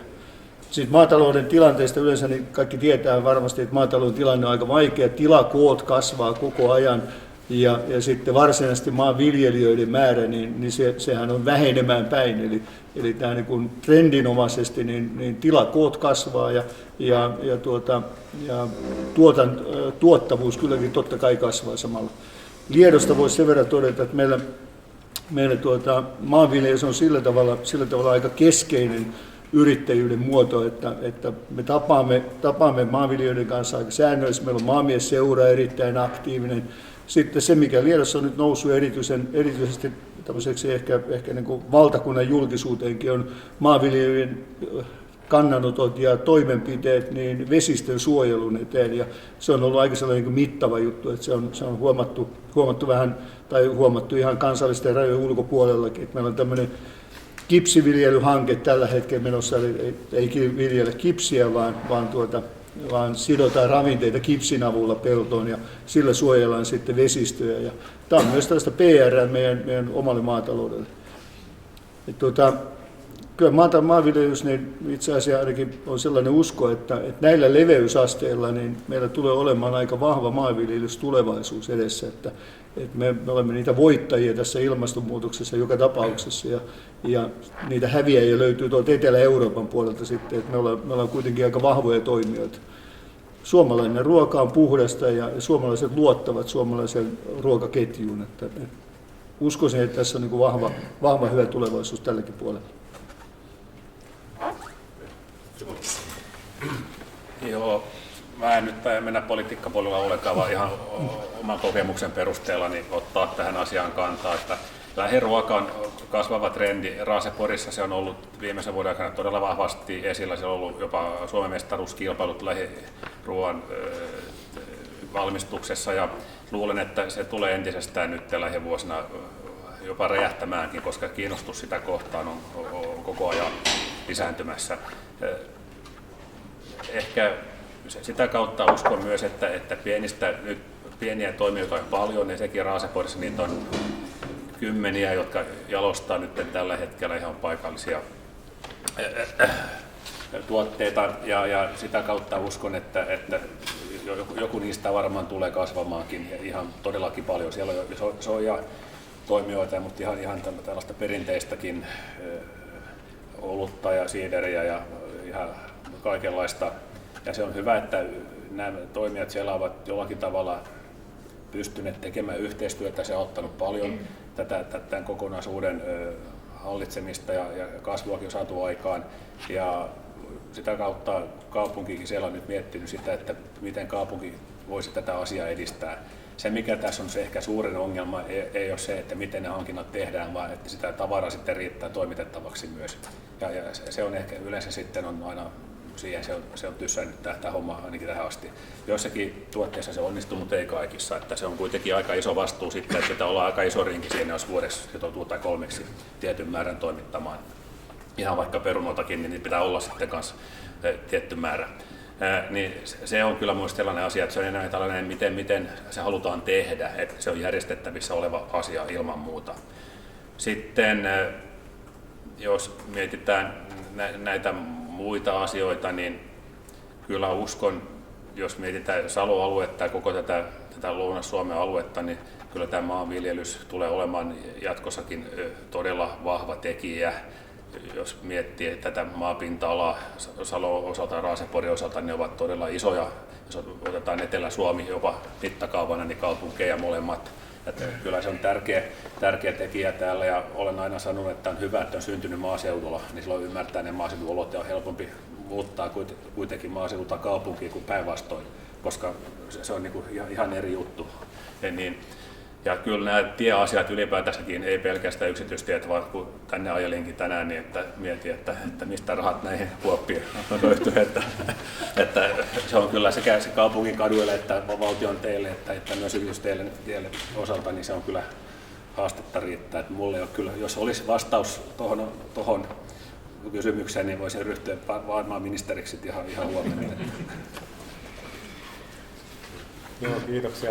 Tämä kysymys kolahtaa todella syvälle teidän jaketia, mistä ehkä mä aloitan sen verran kevennyksellä, että tosissaan Sinebrykoffin nyt niin kuin menneen jouluolojen ohrat otettiin meille Hattulasta Honkasaaren JP:n tilalla, ja siellä pidettiin Koffin kanssa mukavat juhlat silloin viime syksynä, mutta ehkä sitten jos mennään siihen toiseen vähän vakavampaan puoleen, niin oma isäukko soitti tuossa illalla ja kertoi, just kuvasi sitä maatalouden lompakon tyhjyyttä tosissaan, kun itse on kotoisin maatilalta, ja meitä sitten taas luomuviljelyä tehdään, kauraa, ohraa ja ruista lähinnä, vatserillekin hiukan menee ja muuta. Eli kaikki syksyt enemmän ja vähemmän viikonloppuisin käy puimurissa edelleen istumassa poikien kanssa, ja niin sikäli on erittäin niin lähellä sydäntä. Totta kai just niin kuin Tom sanoi, että ei tässä voi ministeriksi ruveta ja politikoimaan sillä tukipolitiikalla, se on vaikea kysymys, mutta sitten ehkä niin kuin ihan oikeasti yrittäjyyden elinvoiman näkökulmasta, niin selvää on se, että merkitys kasvaa, ja selvää on se, että niin kuin lähiruuan ja ehkä niin kuin voisi sanoa puhtaan ruoan kokonaisuutena, niin suomalaisen puhtaan ruoan arvostusmerkitys kasvaa varmasti. Se on semmoinen, mikä voidaan uskoa. Sitten oma niin kuin sanotaan, oma organisaatio, kaupungin organisaation hankinta, niin meilläkin Hattulassa nyt Pietilän Pena on, vaikka hän on valtuutettunakin, niin kyllä ne Penan perunat vain meillä vaan joka paikassa ja on ihan arkea tällä hetkellä. Ja myöskin meidän omat hankintaorganisaatiot, siellä meillä on Kunta Pro-keskeinen toimija, niin sen kanssa sovitaan ja mahdollistetaan ne. Ja kun me yrittäjän kanssa ja maaseutuyrittäjän kanssa yhdessä pidetään palavereita, niin mä tuon heille sen viestin, että hei, tässä on meidän hankintaorganisaatio, teidän pitää sinne listautua, tehdä vaikka ryhmät, tuoda tavaraa, niin se vaatii vaan näitä käytännön niin kuin halua, voimaa tehdä näitä juttuja, mutta ne on ihan mahdollisia nyt jo ja varmasti tulee lisääntymään jatkossakin. Mutta maaseudun yrittäjyys taas sitten, niin se on monipuolinen kysymys, ja nimenomaan kun tiedetään, että myöskin ihan fakta on se, että nykyään nopeammin tehdään isoilla koneilla entistä isompia aloja valmiiksi, jolloin sun ei tarvitse niin ajallisesti käyttää siihen enää koko kalenteria tai kelloa tai viikkoa niin poispäin, niin kyllähän maaseudun sivuelinkeinoissa piilee sitä yrittäjyyden voimaa. meillä on, no Punkalaidun oli semmoinen pitäjä, että niin kuin ihan valtakunnan tason koneyrittäjiä nousi Vesirakennusojasta ja Kaskenojaa ja kumppaneita, niin Ojaimaat, nämä meillä puhuttiin vallan lumileskistä, kun ne hoiti kaikki pääkaupunkiseudun lumet, ne miehet, kaikki talvet ja niin poispäin siellä kotovakin muuten, niin nehän on siis, tämä koneyrittäjyys nousee sieltä hyvin merkittäväksi tekijäksi silloin sitten, kun saadaan näitä tierahoja, niin silloin taas edelleen siinä korostava merkitys. Sitten taas toisaalta niin kun me puhutaan paljon matkailusta. Todella Salo on niin kuin saavutettava, ei voi sanoa, etteikö matkailulla olisi valtava potentiaali tulevaisuudessa. Niin kyllä maaseutumatkailu ja vielä kun yhdistetään saaristo siihen, niin tämä on ihan huima niin kuin tämä potentiaali. Niin kyllä tässä monipuolisia niin kuin kehittämismahdollisuuksia. Tiekuvio on taas sitten semmoinen, että sinne pitää sinne elyn suuntaan ja tulevaisuudessa maakunnan päässä, niin siellä pitää vaan verissä päin taistella niistä euroista. Että sama oli Pirkanmaalla ja sama Kanta-Hämeessä. Meillä tietysti Uudenmaan liikenne-elyn kanssa ne tierahakokoukset käydään, mutta se vaatii sitä omaa aktiivisuutta, että ollaan ja valtavaa loppausta tietenkin. Että niin kuin tiedetään, niin 8 miljardia euroa kerätään rahoja ja miljardista ohjataan nyt tällä hetkellä meidän tiestöön. Ja totta kai mitä alemmalle tietoiselle mennään, niin sitä niin vähemmän sitä rahaa oikeasti on, mutta ne ajatukset vaan tuoda, niihin pitää uskoa ja sitten se loppaaminen eteenpäin näistä tiekysymyksistä, niin se on tärkeää, mutta mä nyt lopetan tähän kuitenkin. Voisin puhua vaikka tunnin kyllä. Kiitos. Sitten Tatu. Niin, Tatu Johansson, tässä kaupunginjohtajan tehtävässä yksi semmoinen tärkeä asia on budjetti ja sen laadinta. Toinen kaupungin talouteen vaikuttava asia on käyttösuunnitelma ja sitten sieltä tulee jossain vaiheessa tilinpäätös. Tässä välissä tapahtuu kuitenkin tämä toiminta, joka tekee sen, että tilinpäätös ja budjetti ei välttämättä ole samanlaisia ja tähän budjetissa määritellyt rahat eivät riitä ylläpitämään sitä toimintaa, johon me ollaan totuttu. Tuossa jossain puheenvuorossa sanottiin, että kunnan täytyy investoida tähän peruspalveluihin, mutta mitenkä pitkään, mitenkä voimallisesti, millainen aikajänne, kummasta päästä budjettia tarvitsisi enemmän lähteä tekemään tilinpäätöksestä vai käyttötaloussuunnitelmasta vai siitä, mitä on käytettävissä. Mitenkä te haluaisitte tätä prosessia tuoda semmoiseksi, jotta nämä kulkisi paremmin linjassa? Kenen vuoro aloittaa? Yksi Simo? Joo, tietysti aina vuoden aikana jotain yllättävää tapahtuu. Yleensä kuitenkin niin pystyy aika hyvin arvioimaan. Tällä hetkellä niin sosiaali- ja terveys vie yli puolet, jossakin paikoissa oli 60% kunnan budjettista talousarviosta, mikä tekee sen kyllä jonkun verran hankalaksi kyllä tämän. Ja toisaalta sitten niin tiedetään, että jos suurin osa rahasta joku ennen kuin budjettia tehdään, niin menee johonkin, ne menee kouluihin ja päivähoitoon ja näin, niin aika pieni osa kaupungin koko talousarviosta on sellaista, mistä todellisuudessa voidaan ihan oikeasti päättää tai valita, että minne ne rahat menee. Se on tietty määrä, mutta ei sanotaan, että korkeintaan 15%. Muut on jo ennalta määritelty aika tarkkaan, että minne ne menee, mitä se maksaa. Erikoissairaanhoito on sellainen, että siellä voi olla isojakin heittoja, jostain syystä vähän kaupungin kosta riippuen, kunnan kosta riippuen, niin vähän vaihtelee, mutta kyllä isossakin kaupungissa voi tulla tällaista, jos sattuu vain yhtenä vuonna olemaan monta tapausta. Niin tämä on aika vaikea kokonaisuus. Toisaalta voidaan aina lähteä siitä, että ne, jotka sitä päivittäistä toimintaa pyörittää, niin kyllä ne hyvin tarkasti tietävät, että mitäkin maksaa ja mitä se ensi vuonna tulee maksamaan. Kyllä tämä loppujen lopuksi mun mielestä on aika, jos sanoo jopa helppo tehtävä tämän talousarvion tekeminen. Ja siihen pitää vaan saa sitouttaa se koko henkilöstö, että ne tietää mitä ne tekee. Ja pitää mun mielestä olla aina varovainen. Kyllä me tehdään ensimmäisen kerran nyt Raaseporissa tulee tilinpäätös julki nyt, alustava tilinpäätös nyt tiistai-aamulla vasta, kun meillä on kaupungin alkuus maanantaina, niin tehdään 2,3 miljoonaa ylijäämää. Meillä oli talousarviossa 2 miljoonaa alijäämää, tehdään kuitenkin ylijäämää, niin se lähtee ihan siitä, että me ollaan kyllä sitä paikallista omaa sairaalaa me yritetty nyt kehottaa ihan vahvastikin välillä muuttamaan toimintansa niin, että nopealla aikataululla, että tämä heidän osuus sitä kokonaisuudesta vähenee ja se on onnistunut aika hyvinkin. Sitten jos miettii tällaista niin kuin koulujen päivähoidon heidän tarvetta, niin se nyt on mun mielestä ihan matematiikkaa vaan alusta loppuun. Investointien osalta niin kyllä sen pystyy aika hyvin määrittelemään, että mihin se vuosikateen riittää sitten, jos miettii investointeja ja mitkä on ne tarpeelliset investoinnit. Raaseporissa on nyt tehty salkutus kaikkien 250 kiinteistöjen osalta, että mitkä on sellaiset kiinteistöt, joihin investoidaan, mihin ei investoida ollenkaan, että ne on laitettu poistosalkkuun, kehityssalkkuun ja erilaisia. Meillä on 7 eri salkkua ja se on ihan siitä kiinni nyt, että missä kunnossa ne nyt ovat ja jos rakentaa uuden rakennuksen, niin se on yleensä 100% kunnossa, pitäisi ainakin olla. Et vuosien mittaan niin se on 50, 30 ja 20 ja kaupungeissa, niin yleensä ollaan tehty niin, että se sitten vasta kun se on ihan loppu se kiinteistö, niin tehdään jotain toimenpiteitä. Nyt ollaan muutettu meidän toimintatapaa niin, että jatkuvasti tehdään niitä korjaustoimenpiteitä niihin, jotka halutaan pitää myös 5 ja 10 vuoden kuluttua. Muista sitten luovutaan joko heti tai pikkuhiljaa sitten, kun se käyttöikä tulee loppuun.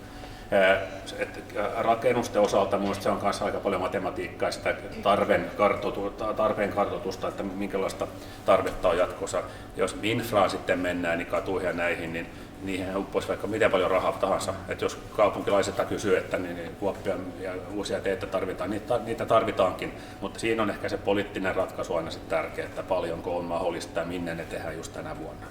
Et jos 15 vuotta tätä talousarviota on pyörittänyt, niin mielestäni se on aika itsestään selvää, miten se homma toimii. Mutta tärkeintä on se, että me saadaan ne jotka tekee sitä päivittäistä hommaa, ottamaan vastuuta siitä, mitä ne tekee, myös sitä, mitä se maksaa. Silloin se homma toimii ja silloin talousarvio myös on sama kuin sitten tilinpäätös joskus aikoinaan. Joo, tosiaan kyllä se on juuri näin, että se on toimintakulttuurikysymys pitkälti. Jos ajattelee talousarvion suunnittelua sinänsä, niin se on aika kuitenkin vakiintunut prosessi.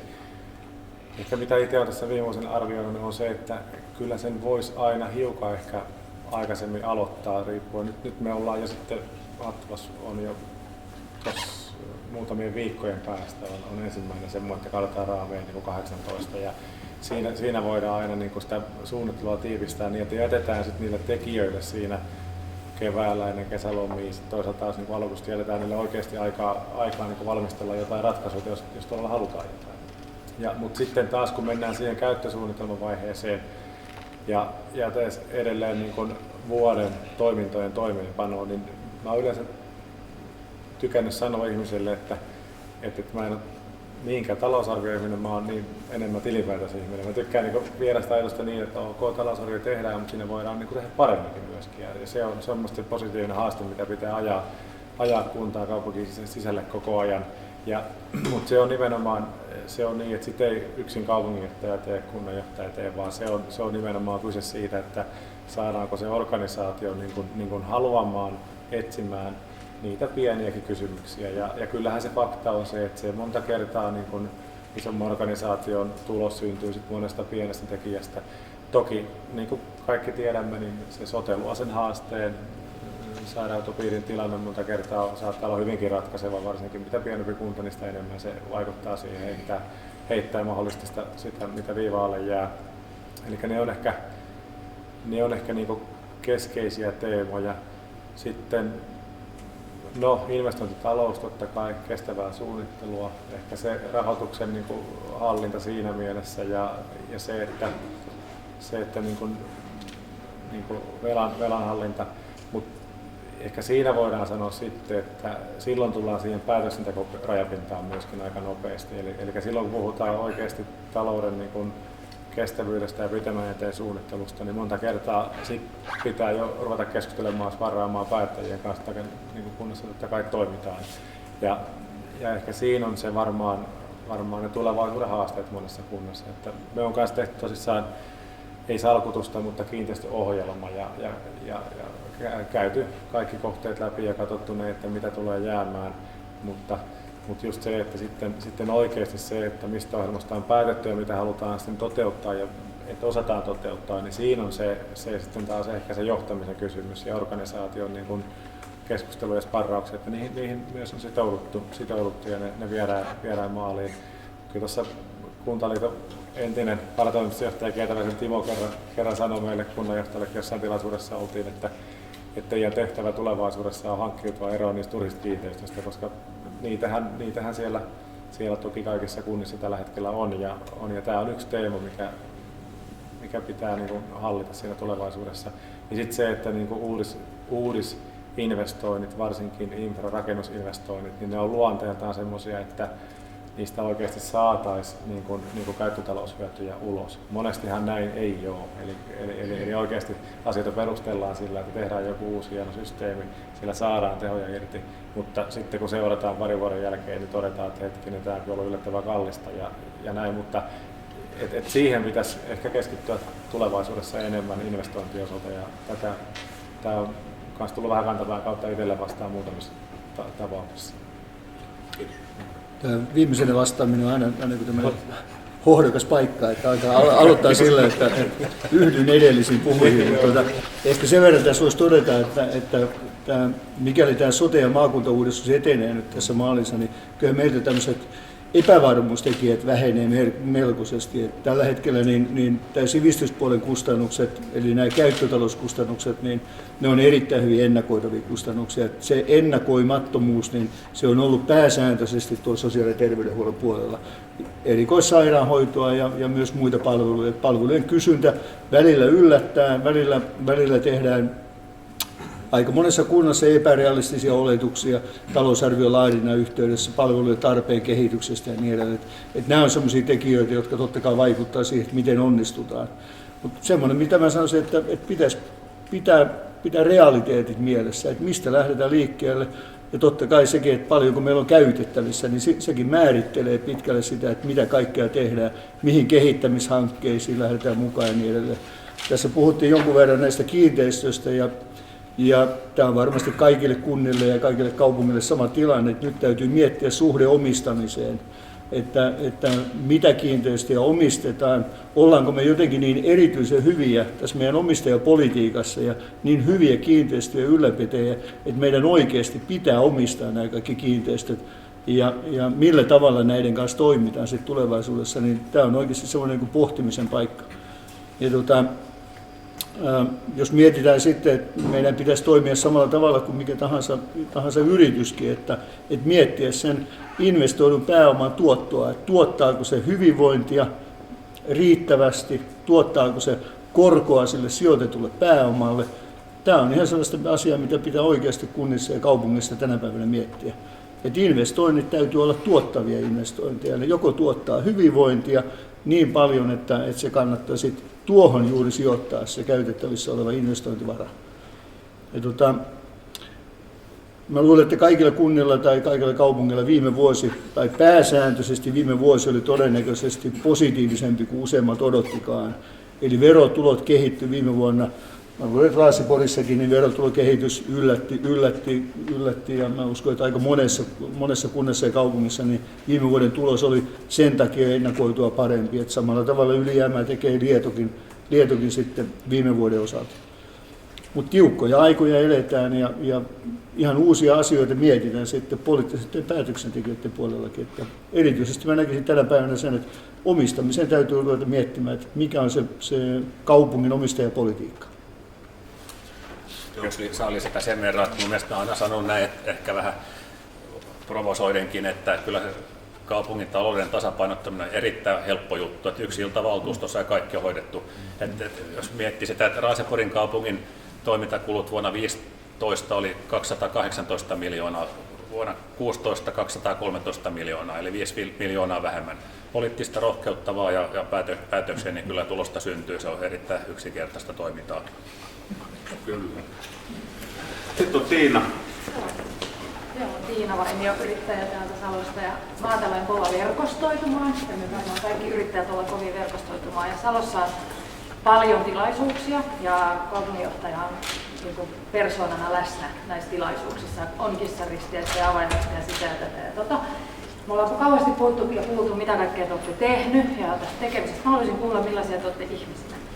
Eli semmoinen nyt suomalaisille tiukka kysymys, saa vapaasti kehua itseänsä. Ja ehkä siihen perään voisi sitten sanoa, että missä olisi kehittämistä itsessä niin kuin ihmisenä. Te olette niin kuin paperilla hyviä, Mutta että yhdessä tässä sitten tätä hommaa ruvetaan tekemään. Meillä on tosi isot odotukset meidän uudelle kaupunginjohtajalle varmasti kaikilla tästä vuodesta. En muista, kuka oli aloitusvuorossa. En muista muuten minäkään. Oli muuten Inna. Okei. Onko tämä niin se kysymys, mikä tuolla kansainvälisellä areenalla aina on niin, että jenkkien on helppo vastata amerikkalaista, mutta kaikkien muiden on vähän, tai on monen muun kansallisuuden helpompi, mutta suomalainen aina jää sinne sitten viimeiseksi kehumaan itseänsä, se ei ole ehkä meille tyypillistä. Mutta niin kun, kuten todettu, niin olen tottunut paljon edustamaan ja varsinkin niin kansainvälisiä ryhmiä vetämään ihan ympäri maailmaa, myöskin Suomessa. Ja se on ehkä hyvinkin luonnikasta itselle ja verkostoituminen taas sitten, niin se on semmoinen tärkeä asia ja voin sanoa, että varmasti hyvin on senkin puolella hoitanut elämäni aikana. En varmaan tässäkään muuten istuisi tällä hetkellä. Eli niin hoidan kyllä sen tontin ihan mielelläni ja sitten voi sanoa, että olen niin ihmisenä, kun kysyttiin, että millainen ihminen olet, niin aika välitön, helposti lähestyttävä ja sillä lailla se koskee myös henkilöstön johtamista, että mä oon niin tyyppinä siinäkin semmoinen avoin ja perussuora, rehellinen tyyppi, niin se helpottaa sitä niin kanssakäymistä aina. Että tuo kyllä juttuun ja on kokenut ja sitten tietysti se, että on ihan niin kuin mukavaakin välillä ihmisten kanssa seustella, istua jotain niin koska ei siinä mitään vikaa. Ja sitä kauttahan sitä niin kuin asioita rakennetaan, että kyllä se tosiasia on, vaikka meillä on koneet, pelit ja vehkeet näin, niin kyllä se viime kädessä asioita tapahtuu silloin, kun kaksi ihmistä kohtaa toisensa ja se on niin kuin vaan sen kautta sitten, että varmasti tulen toimeen, että se on yksi vahvuuksia. Sitten jos miettii, mitä pitää kehittää, niin tässä siinä kun oli näitä pällitestejä näissä, niin taisin vastata jotain, että joskus on liian nopea, että pitää odottaa ehkä vähän muitakin ihmisiä, että pääsee mukaan siihen tahtiin, mutta se on varmaan semmoinen, mitä katsoo peiliä ja muistuttaa itse siitä, että ehkä sen kanssa tullaan toimeen. Okei, mennään eteenpäin. Mä olen Liedossa tottunut siihen, että olet vähän kaikessa mukana. Että tilaisuus kuin tilaisuus, niin aina kun suinkin vaan pääsee, niin mukana olen. Ja kynnys siihen, että kysytään, niin se on aika matala. Että ihmiset ottaa mielellään yhteyttä ja pyytää ja kysyy, että voiko se tulla. Ja menee mielelläni mukaan, että menee välillä tilaisuuksiin, mihin ei olisi kutsuttu. Että se on semmoinen niin kuin tapa pysyä ajan helmoilla ja se, että kuulee, miten mieltä kuntalaiset on. Ja samalla tavalla toimin myös yrittäjien kanssa, että en odota kutsua, vaan yleensä sitten soittelen yrityksiin ja pyydän, että voiko me tulla käymään, että haluaisin tulla katsoa ja tutustumaan. Tämä on semmoinen niin kuin luonteva osa toimintaa. Ja en tiedä, jos pitäisi itseäsi jotenkin kehua, niin yksi luottamusmies sanoi, kunnanhallituksen jäsen sanoi, että sulla on lehmän hermot, että sä et hermostu meille poliitikollekaan koskaan. Että se on ehkä semmoinen, niin kuin, mä on erittäin vaikea saada suuttumaan. Ja kehittämisen paikkoja, niin ehkä sellaisia asioita, mitä tuossa joskus on niin huomannut itsestä on sellainen, että mielellään tuo kovin paljon uusia asioita ja mielellään lähtee viemään eteenpäin uusia asioita ja nyt se huomaa, että oikeasti fokusoiminen oikeasti on tärkeää, että täytyy oikeasti miettiä, että mitä kuormaa tähän organisaatioon voi tuoda ja mitkä on niitä oikeasti tärkeitä asioita. Ja tämä on sellainen, mitä tässä opettelee koko ajan, mihin kiinnittää enemmän huomiota, että vähemmän ja vähemmän, mutta enemmän painoarvoa sillä, mitä tekee. Että se on oikeastaan semmoinen, minkä kanssa koko ajan enemmän tekee työtä. Joo, vois kai sanoa, että olen erittäin määrätietoinen ja kilpailuhenkinen, mutta olen rauhoittunut vuosien mittaan. Ja sen ehkä huomaakin, että ne, jotka tuntee minut, ne on kysynyt, mitä sulle on tapahtunut. Mutta ehkä sen on tässä kuntapuolella oppinut 15 vuoden aikana, että kyllä ne asiat etenee sitäkin kautta, että niitä vaan viedään eteenpäin. Ei tarvitse niin hermostua ihan heti, vaan pikkuhiljaa ne kuitenkin, jos on määrätietoinen, niin ne menee eteenpäin. Koskee sekä kaupungin omia hankkeita että kaupungin alueella tapahtuvia muitakin hankkeita sitten. Kyllä se, että tämä yksityiselämä ja tämä niin kuin toimiminen verkostoissa ja osallistuminen tilaisuuksiin, niin se on elämäntapa kyllä nykyään, että en oikein pystyy kalenterista erottamaan, että mitään vapaa-aikaa ja mikä on niin kuin työhön liittyvää, että joskus ne menee ihan täysin sekaisin. Ja samoin pitää joskus aina kysyä vaimolta, että lähteekö mukava, eikö lähde sitten, että tietää kuin ilmoittautuu jonnekin. Että se on meille molemmille ehkä tullut sellaiseksi elämäntavaksi, että riippumatta viikonpäivästä tai kelloajasta, niin paljon ollaan kyllä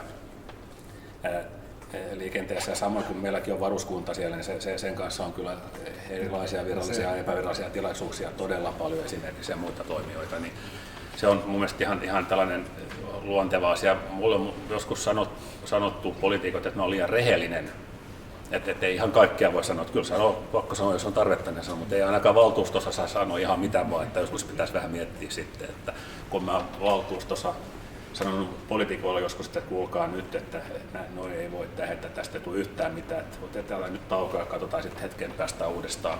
Että kyllä joskus, kun sit tarvetta on, niin sanon heillekin, että tämä nyt ei ole järkevää ja näin ei voi toimia.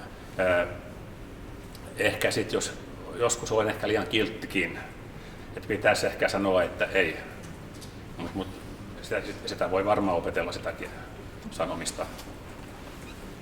Ei, sitten meillä on Sami. Kiitos.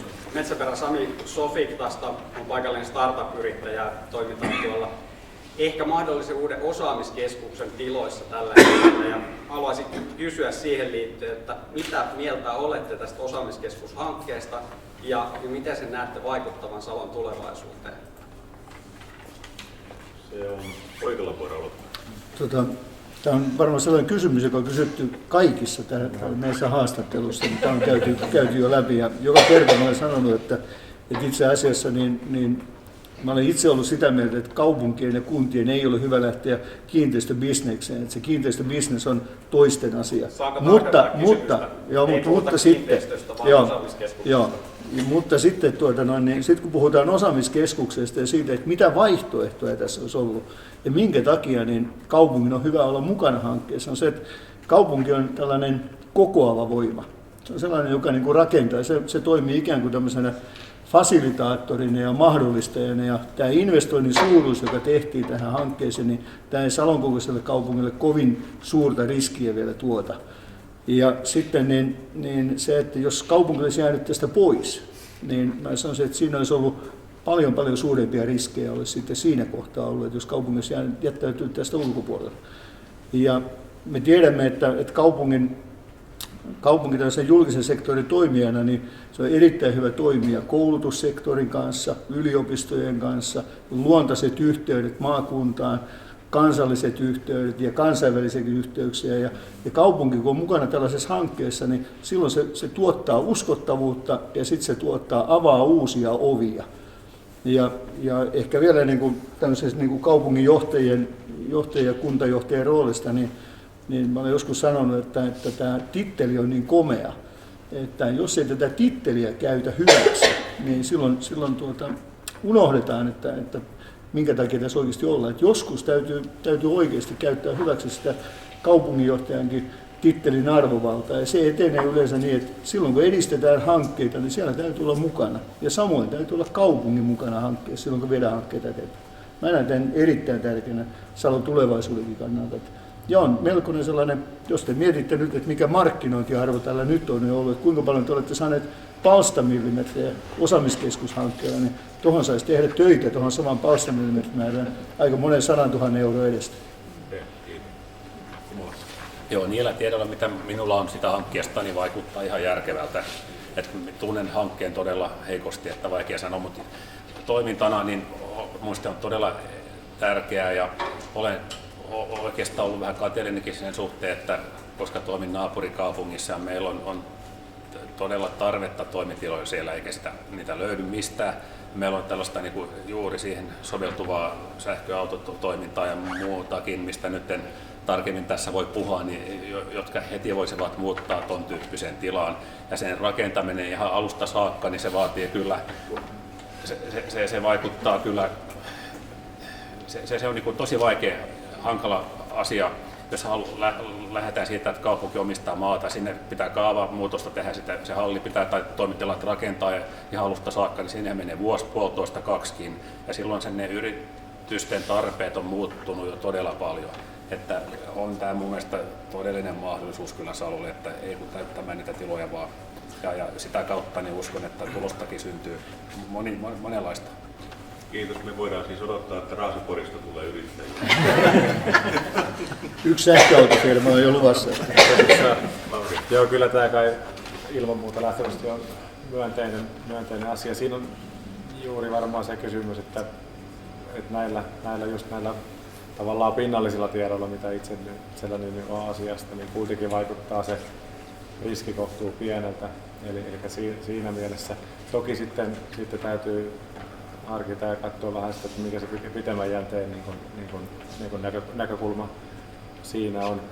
Mulla on itse tapana ajatella tämmöisissä hankekuvioissa, mitä olen itsekin ollut käynnistämässä, että kunta tai kaupunki voi ottaa siinä alkuvaiheessa ihan vahvankin roolia olla mukana käynnistämässä sitä semmoisen boostina nimenomaan sen takia, kun se tuo sen vahvan pohjaisen yhteisön siihen kokonaan mukaan, niin sit ilman muuta tuo aina mukanaan merkittävästi myös näkyvyyttä. Sitten taas se tavallaan kunnalla kaupungilla voi myös olla järkevä exit-strategia siitä kuviosta, kun se saadaan ihan oikeasti puhtaasti elinkeinoelämän operaatioksi sitten sitä eteenpäin. Ja se on lähtökohtaisesti hyvä keissi ja hyvä tapa viedä tämän tyyppisiä asioita eteenpäin. Ja sit mun mielestä pitää tuoda siinä perustamisvaiheessa ja alukehittämisvaiheessa myöskin reilusti esille, mikä se strategia onkaan. Mä en tunne sitä tässä kohtaa tarkemmin.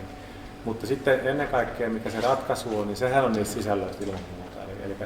Eli se, että nyt on jo jonkin verran toimintaa, on piirissä varmasti tulijoita, mutta sitten just, että kyllä sinne pitää kaupunginjohtaja olla hyvin aktiivinen siinä, että minkä tyyppisiä toimijoita sinne saadaan oikeasti mukaan.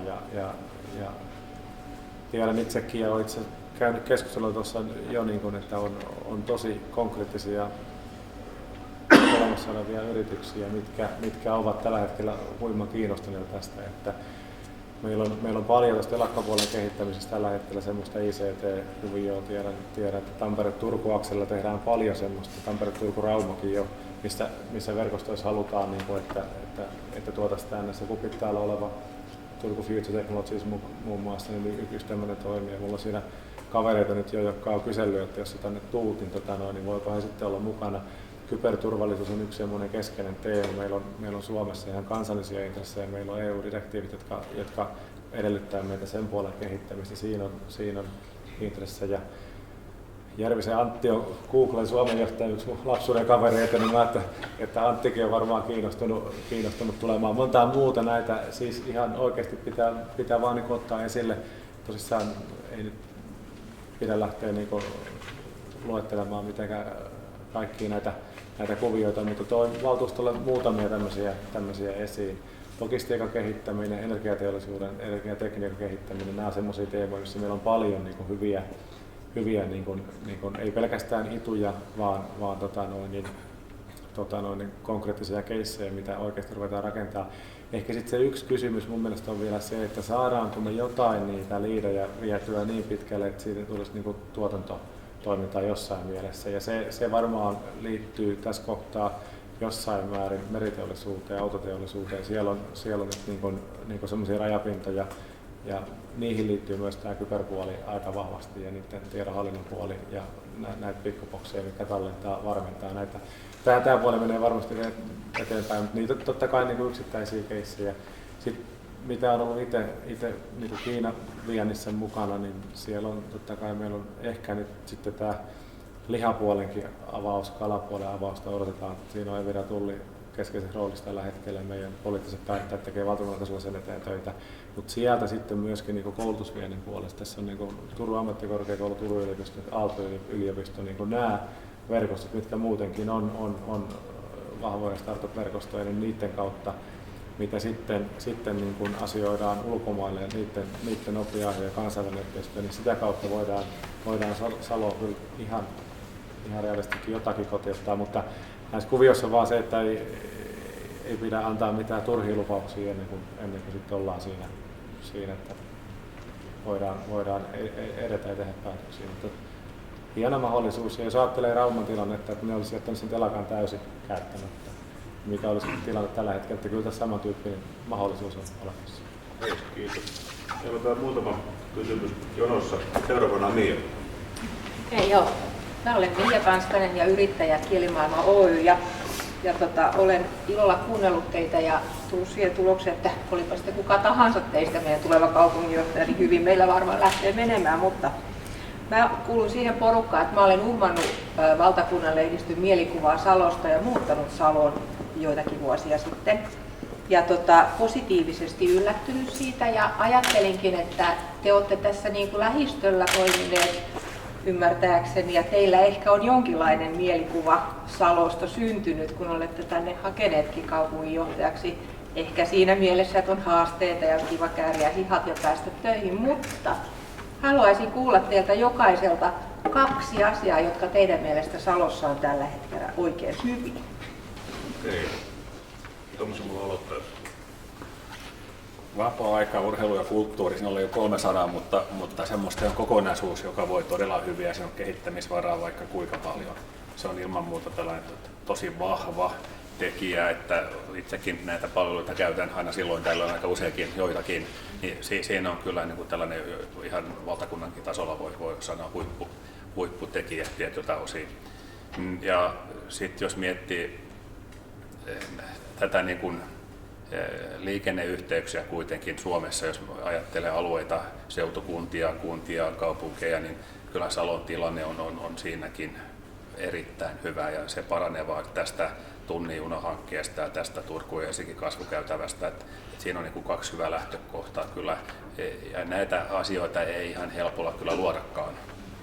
Vaan jollei niitä ole, niin niiden, tämän vapaa-aika, kulttuuri- ja urheilupuolen pystyy varmaan rakentamaan, mutta tämän niin kuin raideliikenne, moottoritieyhteydet ja nämä kaikki, niin niitä ei oikein pysty, että kaupunkia ja kuntia ei pysty niin kuin maantieteellisesti siirtämään paikasta toiseen. Ne on mielestäni 2 tällaista todella hyvää, vahvaa lähtökohtaa, joka ympärillä voi rakentaa. Tämä vapaa-aika on varmaan sellainen juttu kanssa, että ihmiset arvostaa yhä enemmän sitä ja näitä mahdollisuuksia. Siitä on paljon haasteitakin kyllä, mutta niistä ei tällä kertaa. Lauriina. Mun mielestä just positiivinen pöhinä nimenomaan tuossa, että urheilu, liikunta, kulttuuripuolella, niin se on ehdottoman tärkeää. Mä oon itsekin siinä sikäli mukana, että lentovalla se onkin verran on ja on taas sitten LP-viestin pahimman vastustaja, eli HPK-hallituksessa tällä hetkellä, mutta HPK-naisten siis. Mutta niin kuin hieno kuvio ja siinä ollaan nakkisti taas niin kuin poikien kanssa pelataan taas sitten tuolla Raision Loimun väreissä ja ollaan poikalentopallo sitten taas niin kuin täällä on aktiivista ja tuon Heikki Samin kanssa nähdään monesti ja muuta. Ja se, on, niin kuin, se puoli tietää nyt jo niin kuin vahvasti taustasta ja täällä on muutenkin tuttuja pelailuja ja näin poispäin. Mutta sitten ehkä toinen tämmöinen tosi positiivinen on tämä niin kuin monipuolinen kasvualusta, että aina kun haetaan niin kuin tulevaisuutta näkökulmaa, niin haetaan sitä kasvualusta niin kuin mahdollistavia tekijöitä.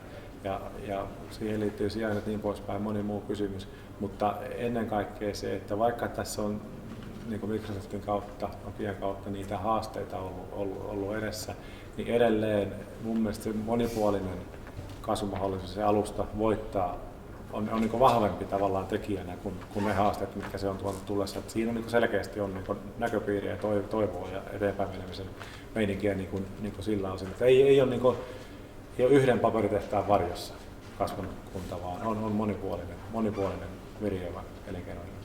Kiitos. Tässä on tavallaan niin helppo olla tällä kertaa.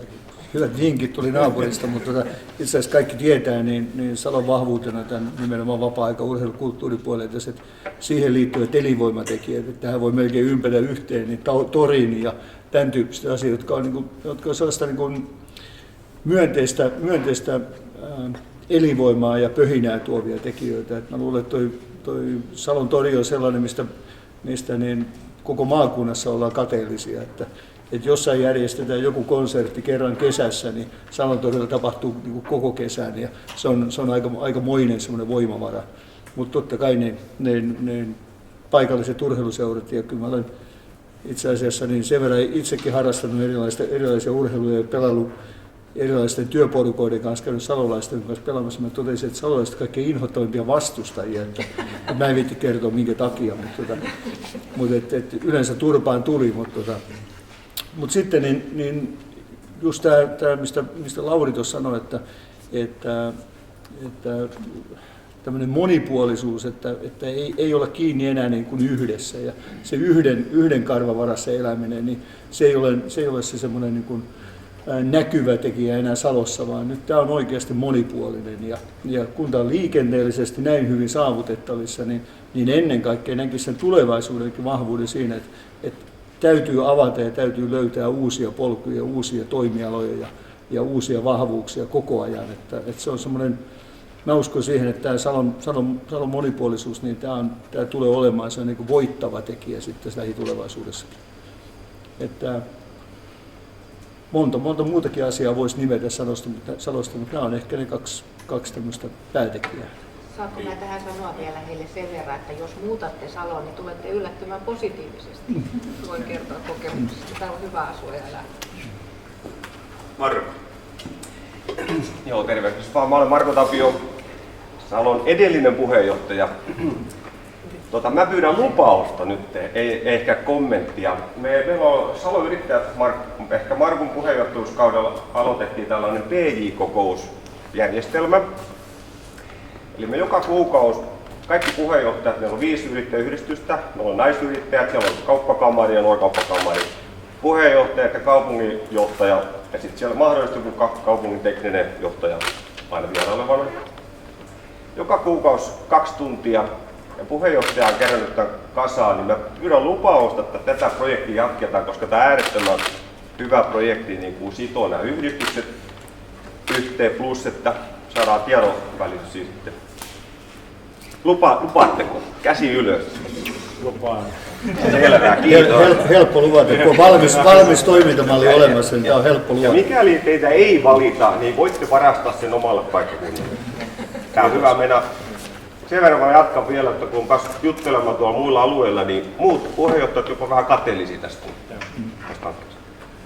Tämä oli nopea kierros nyt, mä en tiedä vai kenen vuoro seuraavaksi vastataan ekaksi, eli kukaan nosti ensin käteensä, mutta mennään eteenpäin. Leena. Mä sain itse asiassa vastauksia kysymykseen. Okei. Joo, mä olen Seppo Kuisma, olen konepajayrittäjä ollut tuossa viimeksi tuossa Halikon asemalla. Olen yrittäjänä, nyt on 47. vuosi menossa yrittäjäuralla. Ja tällä ajalla ollaan toimittu tässä Salon seudulla koko aika. Ja tässä on tapahtunut sillä aikaa paljon Salon kaupungissa, Salon ympäristössä, tämän yritysmaailmassa. Ja nyt mä kysyisin sitä, että ensimmäisenä kysymyksenä, että miten on teidän suhtautuminen nyt, kun on 3 yrityksiä, on suuret yritykset, yli 100 henkeä, on keskisuuret yritykset, 10-100, miten se nyt jaotellaankin, ja sitten on pienet yritykset.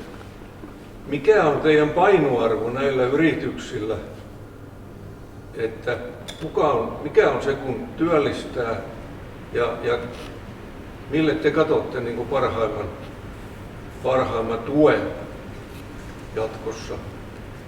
Sitten on toisena asiana se, että tapahtui tämmöinen suuri kuntaliitos muutamia vuosia takaisin. Siinä survottiin 10 kuntaa tähän yhteen samaan katastrofiin. Ja siinä sitten puhuttiin monen näköistä, mitä siinä oli, mitä hyötyä siitä on, ja ne hyödyt ei ole vielä näkynyt tähän mennessä. Sitten puhuttiin ennen äänestystä, että mikään ei muutu, kaikki pysyy hyvänä, niin kuin tähänkin saakka. Mutta kun nuija oli paukahtanut, niin sen jälkeen sitten alkoi tapahtua, että ruvettiin karsimaan kaikkia toimintoja täältä ympäristökunnista, mitkä oli sitten liittynyt tähän keskukseen. Ja ja esimerkiksi justiin nämä kunnalliset palvelut ja sitten nämä yleiset palvelut, niin kuin yrityselämää, ruvettiin siellä pistämään niin kuin tiukemmalle niin, että yritysedellytykset oli paremmat silloin Salon kaupungin puolella. Ja nyt se on kuivunut ja kutistunut tämä ympäristökunnat, ja se on niin kuin huono asia sikäli, koska nyt ainakin mitä meidän firmassa on työntekijöitä, niin se paras laatu työntekijöistä niin tulee tuolta ympäristökunnista. Ja myöskin me työllistetään alihankintana paljon näitä ympäristökunnan pikkuyrityksiä. Ja nyt mä haluaisin tietää, miten teidän kanta on nyt tässä ympäristökuntien kehittämisessä. Ei, se on Lauri Innopuro. Joo. Eli toi lähinnä kysymys siitä, että minkä niin kuin koko luokan tai sektoriyrityksiä pitää tärkeänä, niin se on kyllä hyvin monipuolinen kysymys. En sanoisi, että niin kuin pelkästään PK-yritys jossain tai isompi yritys menee edelle. Toki on niitä hetkiä ja painopisteitä, kuten jolloin se energia menee jonkun isomman yrityshankkeen niin läpiviemisessä. Meillä on just terästeollisuuden yksi iso globaali konserni, millä tehdään tällä hetkellä semmoista valtavaa satojen metriä hallikuvioa ja siihen liittyen niin kuin asfaltoidaan viha-alueita hehtaaritolkulla ja sitten sinne niin nimenomaan yksi innovaatio, millä kunnan puolesta voitiin heidän niin kuin tulevaa kannattavuutta parantaa ratkaisevasti, oli hulevesi. Niinkin yksinkertainen asia, mutta niin kuin tiedetään tulevaisuudessa, niin se oli ihan ratkaiseva kysymys, että me tarjottiin siinä mielessä paras ratkaisu ja maankäytöllisestikin heidän saamiseksi. Ja se lähti nyt, meillä on nyt rakennusluvat sisässä ja mennään eteenpäin. Tosi huippuhieno keissi, se linkittyy myöskin tuohon Naantalin laivateollisuuteen ja niin poispäin. Mutta niin kun, siinä mielessä voi sanoa, että vähän aikaa on effortti mennyt niin kuin tähän keissiin. Mutta sitten taas toisaalta, kun mietitään, että meillä on yksittäinen parturi tai palvelutarjoaja tai Parola Rosolli ravintoloitsija yrittää siinä niin kuin keskustassa, niin on hetkiä, kun pitää niin kuin satsata selkeästi siihen, että me mietitään heidän niin kuin asioiden kehittämistä. Mun mielestä toi menee vähän niin kuin sykleissä, ja mulle molemmat on tärkeitä oikeasti. Siis totta kai se investoinnin ja työllistymisen vaikutus ja tulevat kiinteistöverohyödyt ja muuta on siinä isommassa keisissä niin kuin laskennallisesti isommat, mutta myöskin taas sitten niin kuin yritykselle myös se pienikin on toki tärkeä, koska silloin monta kertaa sitten hieno niin kuin pitkä elinkaari siinä joko kesken tai alkamassa tai muuten jatkuvuus. Ja siihen varmaan liittyy tämä niin kuin yritysten jatkuvuus isossa kuvassa niin kuin Suomen maassa ylipäätään iso kysymys. No sitten toi, että miten nähdään tämä, että kun on iso kuntaliitos taustalla ja niin siihen liittyen on varmaan palveluita karsittu, kouluverkkoa on tiivistetty jonkin verran ja se on varmasti ollut semmoisia, että ne on aina kipeitä kysymyksiä, tiedän nytkin, kun on joutunut olemaan niissä mukana. Ehkä se perusperiaate on se, että palveluiden saatavuus täytyy turvata tavalla tai toisella, mutta sitten taas se, että missä muodossa tulevaisuudessa kaikki palvelut on tarjolla, niin siihen varmaan tapahtuu niin kuin pelkästään toimialojen sisällä ja palvelutarjonnan sisällä niin kuin paljon kehitystä, että se koskee myös tulevaisuudessa meidän keskussairaalajärjestelmää ja näitä isojakin niin kuin keskittymiä, mutta ehkä se yleisvastaus on se, että ihmisille on turvattava se palvelutarjonta ja sitten niitä keinoja, millä se toteutetaan niin kuin pitemmän etäisyyden päässä, niin niitä pitää sitten olla valmiina miettimään, mutta lähtökohtaisesti missä on ihmisiä, niin pitää olla palveluita. Tosiaan niin kuin Laurikin tuossa sanoi, että yrittäjien pitää kohdata tasapuolisesti, mutta se, että on aikoja, jolloin joutuu käyttämään aikaa enemmän jonkun yksittäisen. Saattaa olla keskisuuri yritys, saattaa olla jopa pieni yritys, jonka asioihin menee vähän enemmän aikaa. Ja sitten on näitä isoja hankkeita, joihin käytetään sitten joskus välillä käytetään aika paljon energiaa ja käytetään myös sitten yhteisiä resursseja. Että sitä resurssin käyttöä, niin sitä on aika vaikea rajata, että milloin ja miten se voisi sanoa, että tällaisia isoja hankkeita, niin, jotka työllistää kunnassakin, niin saattaa mennä muutamia viikkoja, kuukausia yhden ison hankkeen kanssa, mutta silti täytyy pitää mielessä se, että oikeasti tämä on tasapuolista peliä. Meillä Liedossa niin valtaosa lietolaisista työllistää 1-9 hengen yritykset. Ne kattaa meillä yli voisi sanoa, että taitaa olla noin 90% työllisistä, niin on tämän kokoisissa yrityksissä. Se on erittäin suuri niin kuin merkitys kunnalle, ja tämä on se, mikä niin kuin näkyy totta kai kunnan toiminnassa. Sitten tästä keskittämisen tarpeellisuudesta ja siitä, että mitä on tapahtunut kuntaliitoksissa, niin tämä on totta kai juuri niin, että palvelut on ne tärkeät, ja usein käy niin, että kuvitellaan, että kun jostain joku kiinteistön ovet pannaan kiinni, niin sitten me ollaan niin kuin sulkemassa asioita ja poistamassa niitä palveluja. Mutta kyllähän nykytrendi tulee olemaan sellainen, että palveluja tuodaan kotiin, palveluja tuodaan lähelle, niitä tuodaan mobiilisti, eli ne kulkee pyörien päällä. Ja kaikkia ei enää voida ajatella niin, että joka paikassa, jokaisella kulmakunnalla on oma kiinteistö, jos kutakin palvelutuotantoa varten. Se vaan on niin näin tällä hetkellä. Ja mä olen tätä itse käyttänyt sellaisena niin kuin mantrana itselleni, että meidän virkamiesten ja valmistelijoiden, niin meidän täytyy tuoda niitä tiukkojakin esityksiä poliitikoille päätettäväksi ja antaa poliitikoille mahdollisuuksia olla mukavia. Se on kaunista. Yrittäjistä, niin oma äitini on ollut koko ikänsä omassa yrityksessä yksin. Ei näitä yrityskokoja voi vastakkain laittaa, että näitä on erilaisia, ja hyvä muistaa sekin mun mielestä, että pienistä ne isotkin kasvaa yleensä, että harvoin tapahtuu niin, että joku yritys muuttaa paikasta toiseen ja ottaa mukaan 500 henkilöä, että sitä kasvun kautta sitten jotkut kasvaa ja jotkut ei, ja ne jotka ei kasvaa, niin on pärjännyt ja elänyt ihan elämänsä hyvin yksinkin, että siinä on niin laaja skaala, että mun mielestä se on hyvin hyvä, että on eri kokoisia yrityksiä eri toimialoilla. Se kuuluu tähän yhteiskuntaan ja siitä se katukuvakin sitten luodaan, että kun yritykset toimii siellä ympäriinsä. Tämä maaseutu vastaan taajama, niin sehän nyt on tällainen yleinen asetelma Suomessa, että koko maailmassa tällä hetkellä joka päivä 190 000 ihmistä muuttaa kaupunkeihin, koko 190 000. Ja Suomessa tämä sama oikeastaan trendi on vireillä. Helsinkiin muuttaa vuosittain 20 000 ihmistä, sinne muuttaisi vielä enemmän, jos olisi asuntoja. Jotkut kaupungit, Tampere, Seinäjoki, Oulu, Jyväskylä kasvaa valtavasti. Tämä koskee myös seudullisesti tätä taajamiin muuttua ja myös ihan paikallisestikin sitä tapahtuu jostain syystä.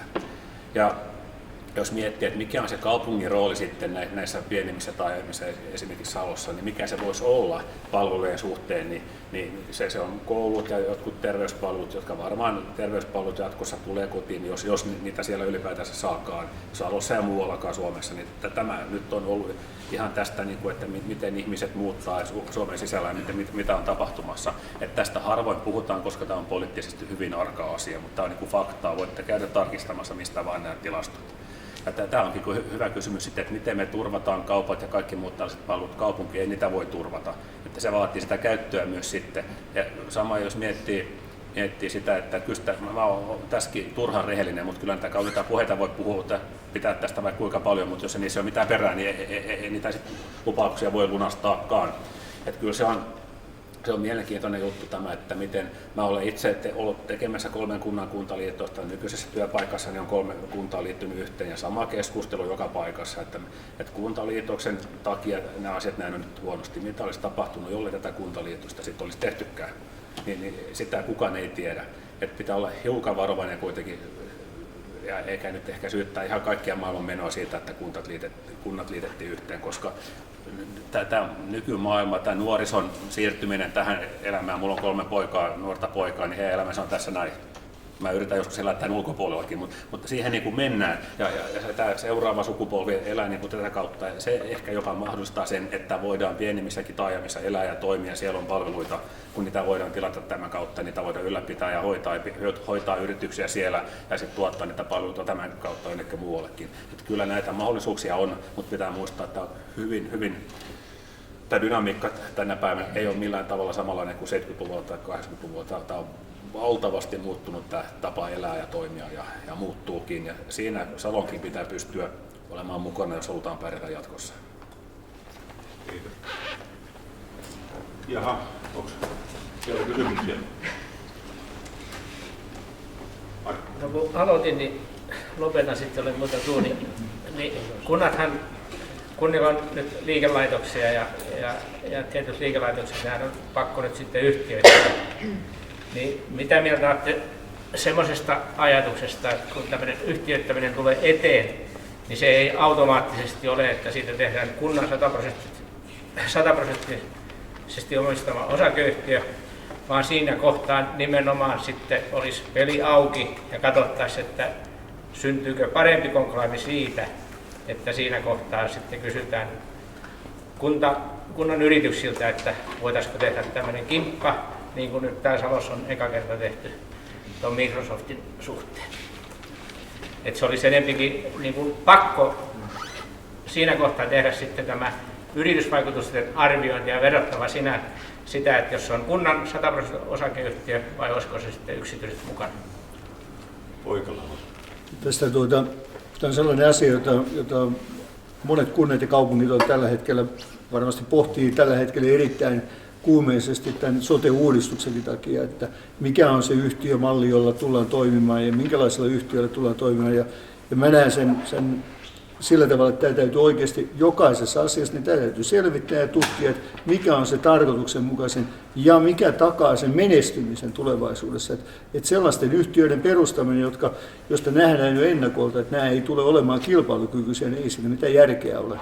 Että se on henkilöstöä kohtaan väärin, se on väärin kaupunkiorganisaatio on väärin poliittisia päätöksentekijöitä kohtaan, jo siinä, että uskotellaan, että me tullaan pärjäämään vertailussa esimerkiksi yksityisen palvelutuottajien kanssa. Että tämä täytyy ihan miettiä liiketaloudellisilla perusteilla, että onko tässä kilpailukykyä ja minkälaisilla kumppanuuksilla päästään parhaaseen mahdolliseen kilpailukykyyn.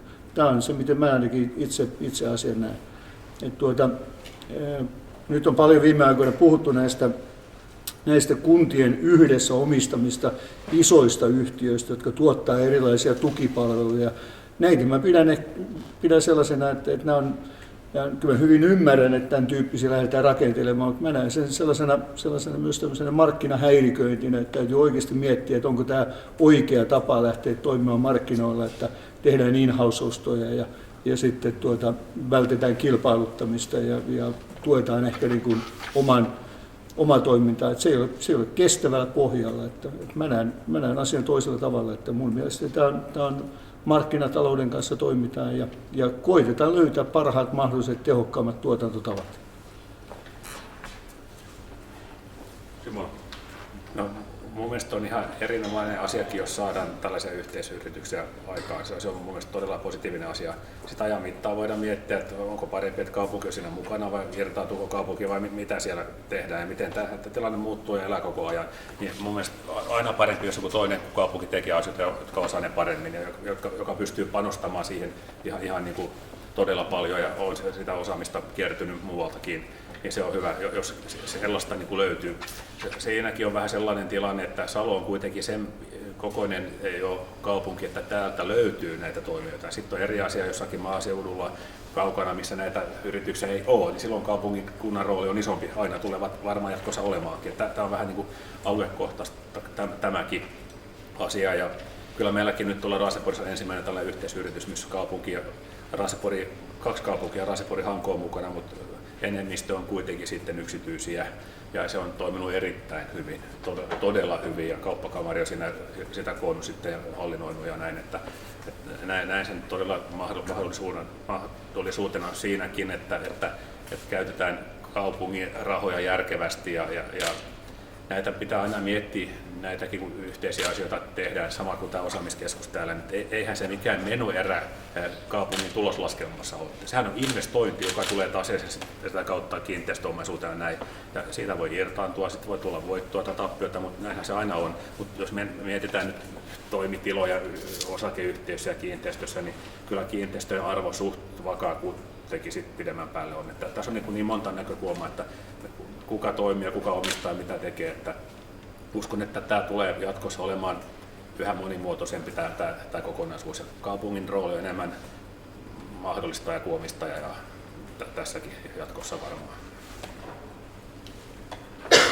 Joo, jos mä hypän tiiviimmin tällä kertaa, niin voin todeta, että olen ollut juuri perustamassa tämmöistä yhteisyhtiötä aktiivisesti ja ollut siinä keskeisessä roolissa, eli nimenomaan terveyspalvelupuolen yhtä yhtiöä. Ja niin edelleen energialiiketoiminta-alalla on ollut perustamassa yhtiö, missä on kunta mukana ja kuitenkin yksityiset enemmistöomistajina, että kyllä se vaan on yksi kehittämisen keino ja työkalu, mutta se on aina tapauskohtainen ja kunnan pitää nähdä se roolinsa oikealla tavalla ja toisaalta taas sitten se tarkoituksenmukaisuus ja hiukan jälleen kerran katsoa pitemmälle sitä, että mikä se omistajuuden merkitys ja se strategia siinä on. Eli se koko kaari pyrkii ennakoimaan. Ehkä se toinen kysymys on vielä se nimenomaan, mikä tähän mahdolliseen tulevaan maakuntalainsäädäntöön liittyy sitä yhteytyysvelvoitekuvia, niin siinä kävin just Kuntaliitossa toissa viikolla keskustelemassa tästä konsernin näkökulmasta ja niistä, minkä näköisiä velvoitteita siihen tulee, niin se on kyllä hyvin mielenkiintoinen, että mitä se loppujen lopuksi tulee sitten niin kuin tarkoittamaan ihan niin kuin näiden tavallaan vapaa-valinnan palveluiden osalta myös sitten ihan erikoissairaanhoitoon liittyen. Nämä on isoja kysymyksiä kunnille ja kaupungeille tulevaisuudessa, mutta sen lähitulevaisuus näyttää, miten tämä etenee. Ja siinä kysytään sitten semmoista arviointikykyä, että just sitä, että ei lähdetä rakentamaan näitä itsetarkoituksena, vaan aidosti ne perustuu jollekin liiketoimintasuunnitelmalle, mikä on kestävällä pohjalla, ja sitten se tehtävä. Ja nimenomaan, että siinä tullaan sitten henkilöstökysymyksiin myöskin, että ei laiteta henkilöstöä niin kuin tämmöisiin kannattamattomiin yksiköihin, jolla ei ole niin kuin päätä eikä häntä eikä todellista tehtävää. Tämä tulee olemaan semmoinen varmaan, mitä monissa kunnissa tullaan arvioimaan tulevaisuudessa, ja siihen vielä vaikuttaa ne yhtiöt ja rakenteet, mitä meillä nyt jo on eri alueilla. Kun nekin saattaa, ne ei saata, vaan nekin vaihtelee toinen toisistaan paljon. Tämä on iso kysymys tulevaisuudessa, mutta se on otettava huomioon yhtenä hyvänä vaihtoehtona ja varmistettava, että se on kilpailukykyinen vaihtoehto. Hyvä, kiitos. Oli erittäin hyviä kysymyksiä, erittäin hyviä vastauksia. 2 tuntia meni, että heilahti. Yhteenvetona voidaan varmaan olla kaikki varmoja siitä, että me tulemme saamaan hyvää kaupunkia. Kiitos.